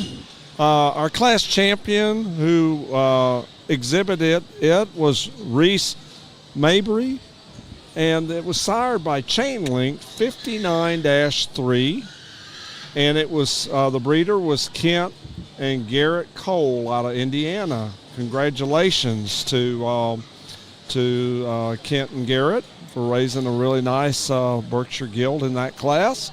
Our second place was exhibited by Alita Garcia out of Royce City FFA. Her gilt was sired by Above All 23-4. As I'd mentioned earlier in our broadcast, both 37, 38 above all 23-4 raised both of those class champions, and now in 39 has raised the second place. The breeder of this one was Braylon Crooks from Texas. So congratulations to all of these winners, and especially in this one in 39. Yeah, above all, 23-4 has really had a good run here this year. Absolutely. And I wonder how many other ones he's bred or sired that have hit. Makes you wonder sometimes. Yeah. And looks like we have 6 pulled back right now, and I don't know if the guys are going to start placing here in a minute. We have a total of 11 that they kept back in this class. So right now we're up to top 6 that are pinned back that will get evaluated after they sort these.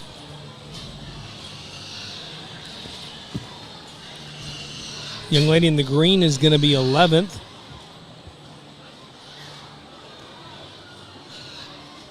Light green will be 11th. I guess bluish green, I apologize.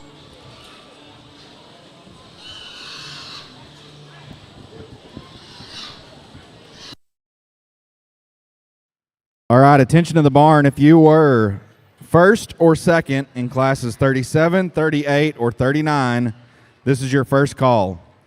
If you were first and second in classes 37, 38, and 39, this is your first call to return to the show ring for division champion.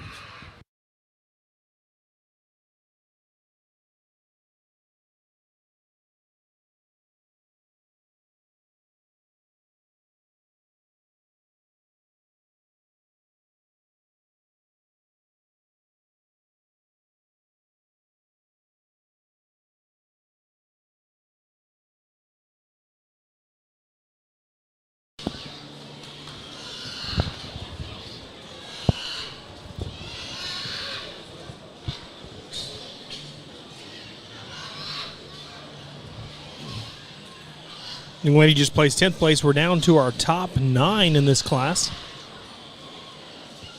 You only see 3 pigs out there, but those are the bottom end of the class here. They've already pinned 6 back for a top placing spot. The young lady in the light blue with the glasses is 9th.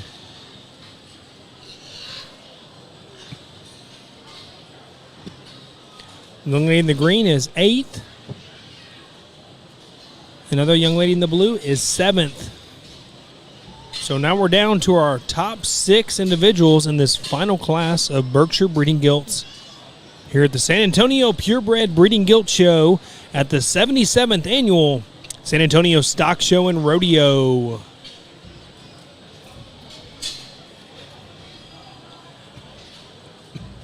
Young lady in the Royal, they really like this pig. She was the first one out of the gate earlier and got pinned back right away. So they must see a lot of things they really like about this gilt, and that was prior to seeing all these other really good ones out here as well. And these top 6 in this final class of Berks is really, really good. They're very, very uniformed breeding gilts. Any of you breeders who might have one in the top 6 here, it'd be exciting to see what some of these gilts come up with later on. Young man bringing a really good one out here right now as well.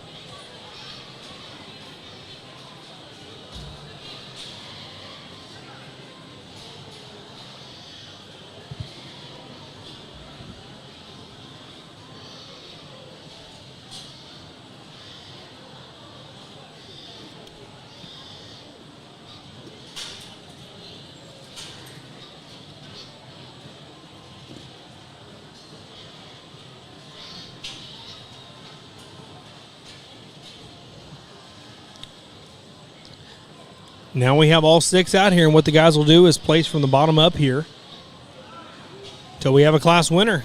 At the conclusion of this class, we're going to bring all the first and second places of the 4 heavyweight classes back out here and judge for our overall.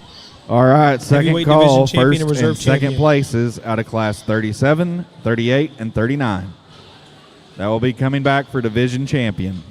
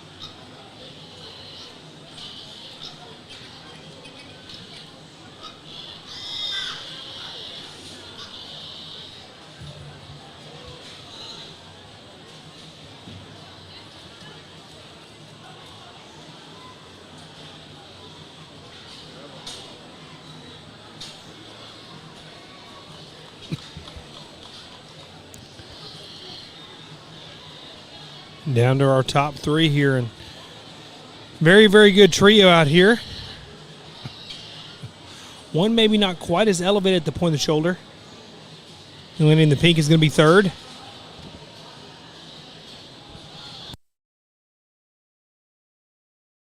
Let's hear what Seth has to say here.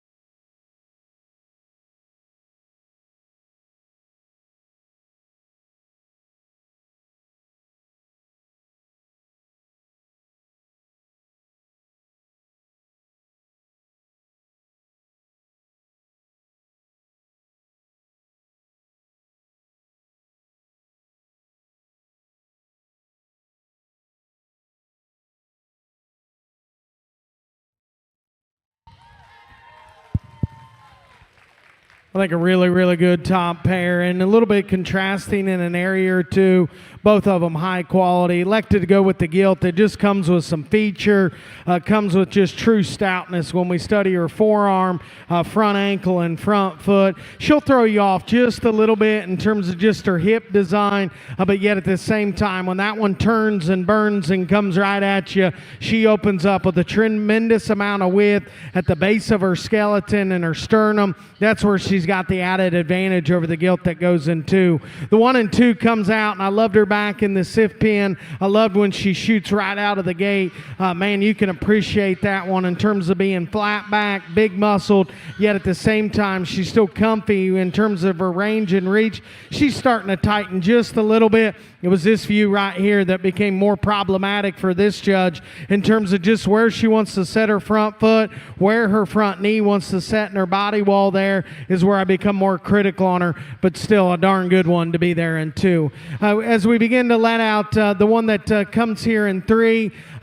she's a bold-bodied, round-ribbed individual that you appreciate from that aspect. Unfortunately, just not as attractive in terms of just her neckline, her skull shape, those kind of things is where I got to make her better. Also got to elevate her at the point of her shoulder, but man, in terms of just body composition, can pump this guy up. The one that comes out here next, same song, different dance. Didn't see her come with much front ankle size.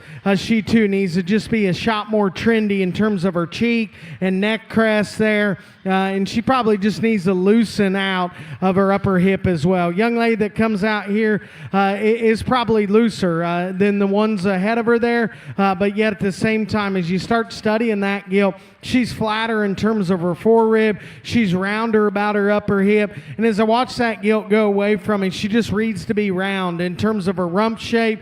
For a breeding gilt, I'd call that probably just a shot more problematic from that standpoint. Talked to the kiddos down the line, told them where the projects needed to be better. Let's put our hands together for the last class of the day.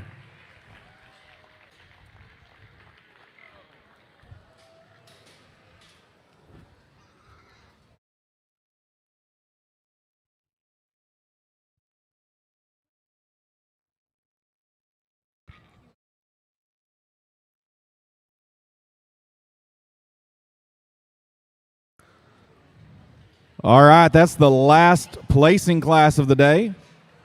Next up will be our Division II Berkshire Gilts. We will have 4 classes to sort a top 5 from.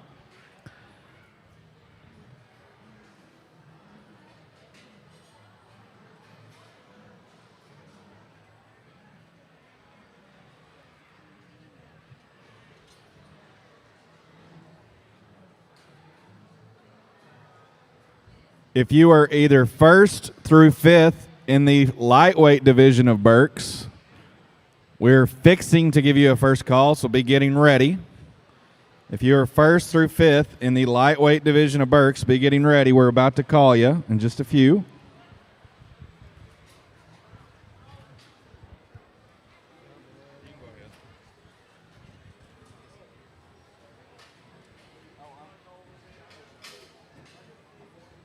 All right, ladies and gentlemen, in our division drive for the heavyweight Berkshires out of Class 37, we had Cutter Looper. And out of Class 38, we've got Carter Stone from Heiko FFA.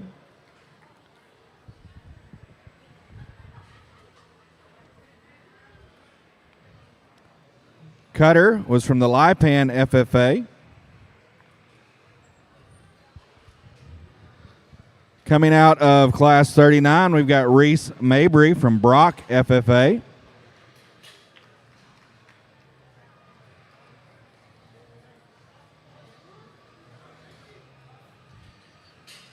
And out of our heaviest class, we've got Zane Byers from Hale County 4-H.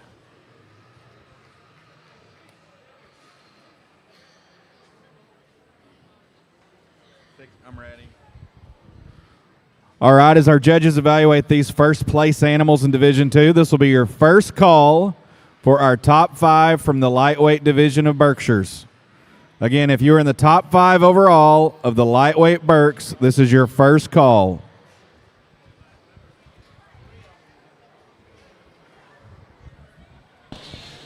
What a deep set of 4 really good class winners in this heavyweight division here.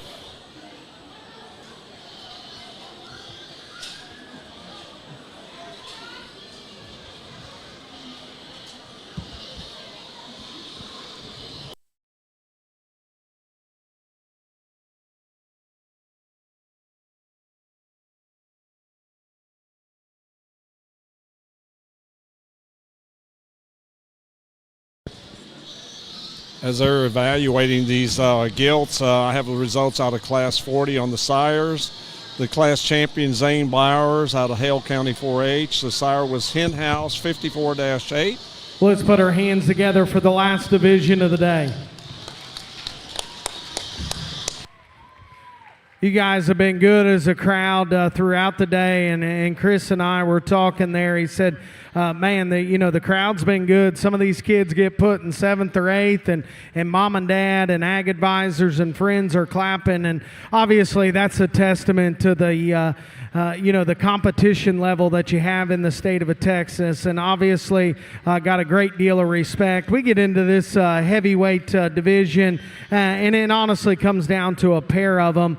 It's the gilt that comes right here off to the left, and then the gilt there in the center of the ring. Both of them, come with pieces and parts that you just absolutely admire. I think when you just step off to the side of them, and like we've talked here today, sticking to the script in terms of keeping them good design, keeping them right in terms of their length of hip, keeping them comfy in their step, still opened up and pliable in terms of their chest width. Young man, you got our heavyweight. Congratulations to you. Congratulations to Carter Stone of Heiko FFA. Coming out next is Ireland Klaus from Joaquin FFA.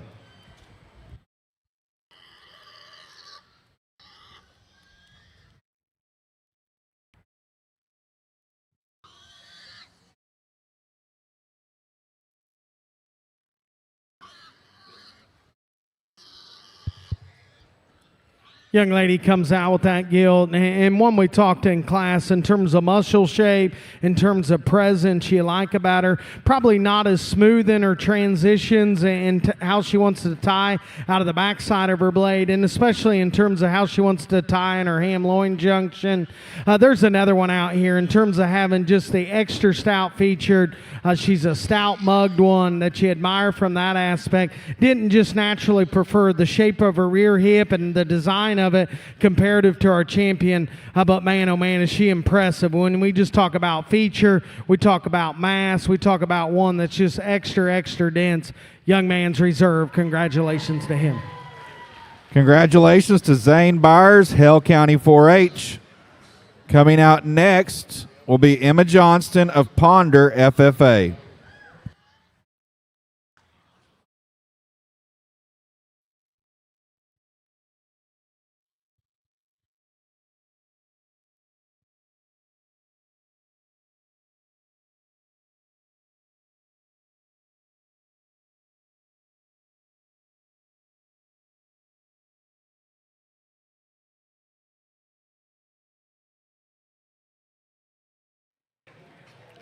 All right, congratulations to our third overall Burke in this division. Goes to Reese Mabry of Brock FFA.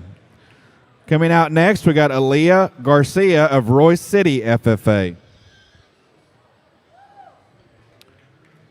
Fourth out will be Cutter Looper of Lipan FFA. Coming out next will be John Jones of Perrin FFA. And our fifth place overall, I believe, will go to Emma Johnston of Ponder FFA. All right, that concludes our division. Again, if you are first through fifth in the lightweight division, we need you to the show ring. While we take a moment to stage those, we'll read results out of Class 40. In 10th place was Taylor Murill from Sulphur Springs FFA. 9th was Annalie Pryson from Holland FFA. 8th went to Sarah Albus from Chambers County 4-H. 7th was Taylor. Primo Feeds is built on quality, and we're making it easy to get. Choose from over 230 Primo dealers nationwide, order online for pickup at one of our 16 warehouses, or use the Primo app for Primo Direct Delivery, straight to your door in Texas, Oklahoma, Indiana, Ohio, and California. Expanding nationwide soon. Founded by show feed enthusiasts, Primo knows fresh feed matters. Primo Feeds, next level quality and convenience at a fair price. Total of 272 Berkshires. And now we're at the much anticipated Champion Berkshire Drive. We're going to pick our overall champion Burke, reserve champion Burke, 3rd, 4th, and 5th overall Berkshire Gilt. Really appreciate Seth and Chris coming out here and evaluating. They've done such a great job working together, working with these kids. And there's been times where they've triple sorted them. Well, they want to make sure they get it right, and that goes to show you it goes way beyond the top 2 or 3. It goes all the way to 10th, and I got to give these guys credit for working together and really working with these kids and talking to the kids and taking the time to do their job, because that's what they're here to do. They're here to judge and evaluate livestock show, a gilt show, and do it to the best of their ability, and they've taken that on and done so well, and we're fixing Announcement for tomorrow, we will start back at 7 o'clock a.m. with our Spot Gilt Show. So if you have a lightweight spotted gilts, be ready to roll at 7 a.m. We'll do an opening ceremony shortly before that. Be ready to roll right at 7. We're going to pull our champion lightweight division and champion heavyweight division Burks out, and they're going to battle it out for the champion overall Berkshire breeding gilt here momentarily. Now the guys are excited. They're ready to go for it. And we're going to start with spots in the morning at 7 a.m. like Mr. Dr. Kevin Williams said. So as we were naming the heavyweight champion, I was giving the sires, so I'm going to go back over that. Class 40 was the class champion. Was all right, ladies and gentlemen, let's have a champion Berkshire Drive. Coming out of our lightweight division from the Victoria County 4-H, Ryan Chandler.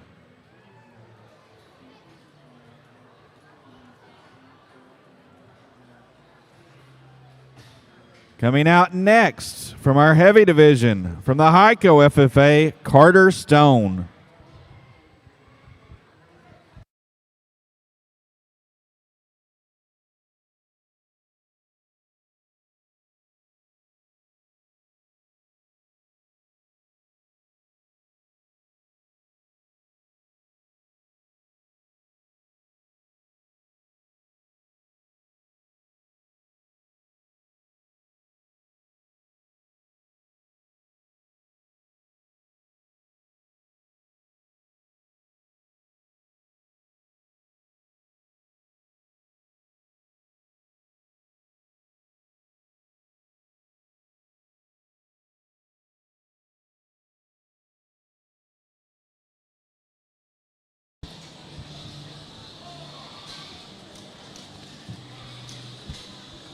As he's looking at these on Class 40, Zanes was bred by Hen House 54-8, and the breeder was Travis and Adrian Platt out of Indiana. Congratulations to you guys. You do an outstanding job up there in Indiana with some fine quality genetics as well. And then our reserve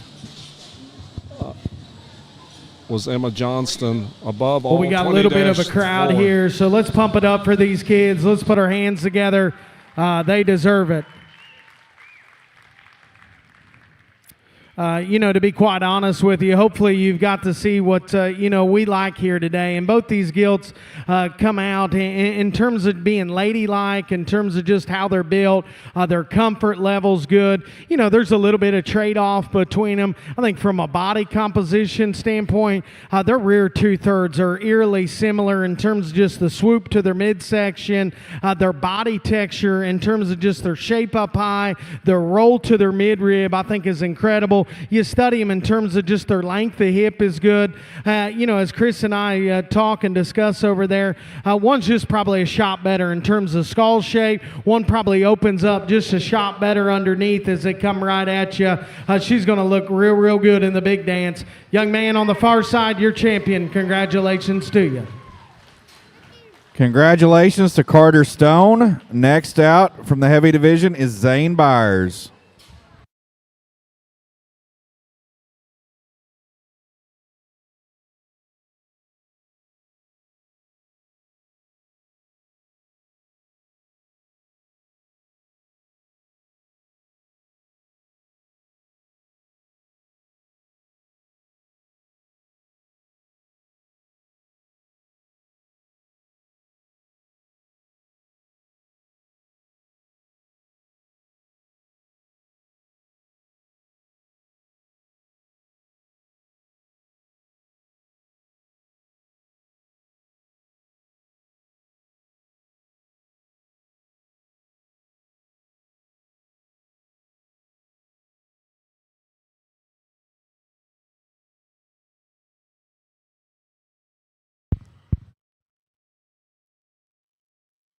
The young man comes out reserve in that division, and I talked to her there in division, and I thought it was a close call. Chris and I did for sure. You talk about one that's just absolutely intimidating in terms of feature, in terms of skull shape. I mean, that thing's got real spread up high. We talked to her there in division in terms of just her length of hip and the design of it and the slope to it. Probably from an aesthetic standpoint, isn't quite as ideal. She'll get a little bit easier in her top line comparative to our champion. We get her back out here though, and man, you talk about feature. She can almost make the other one just look frail from that standpoint. Not that the other one's frail, but man, we're digging in on this one as well. She's reserved. Congratulations to him. All right, congratulations to Zane Byers, your reserve champion Berkshire showman. Out next in that division, we've got Reese Mabry from Brock FFA.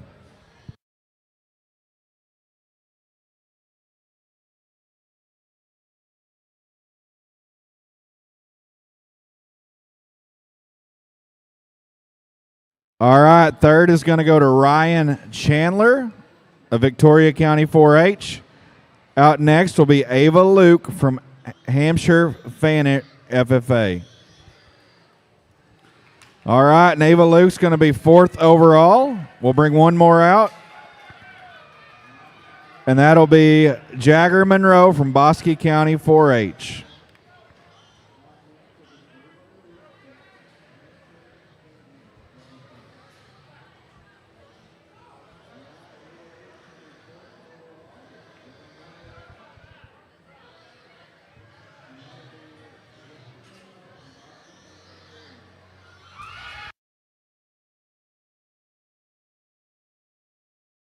And I believe fifth overall goes to Mr. Jagger Monroe of Bosque County 4-H. All right, thank you to everyone involved today. We look forward to a great day tomorrow. We will start off again at 7 a.m. with our spotted gilts in the lightweight division.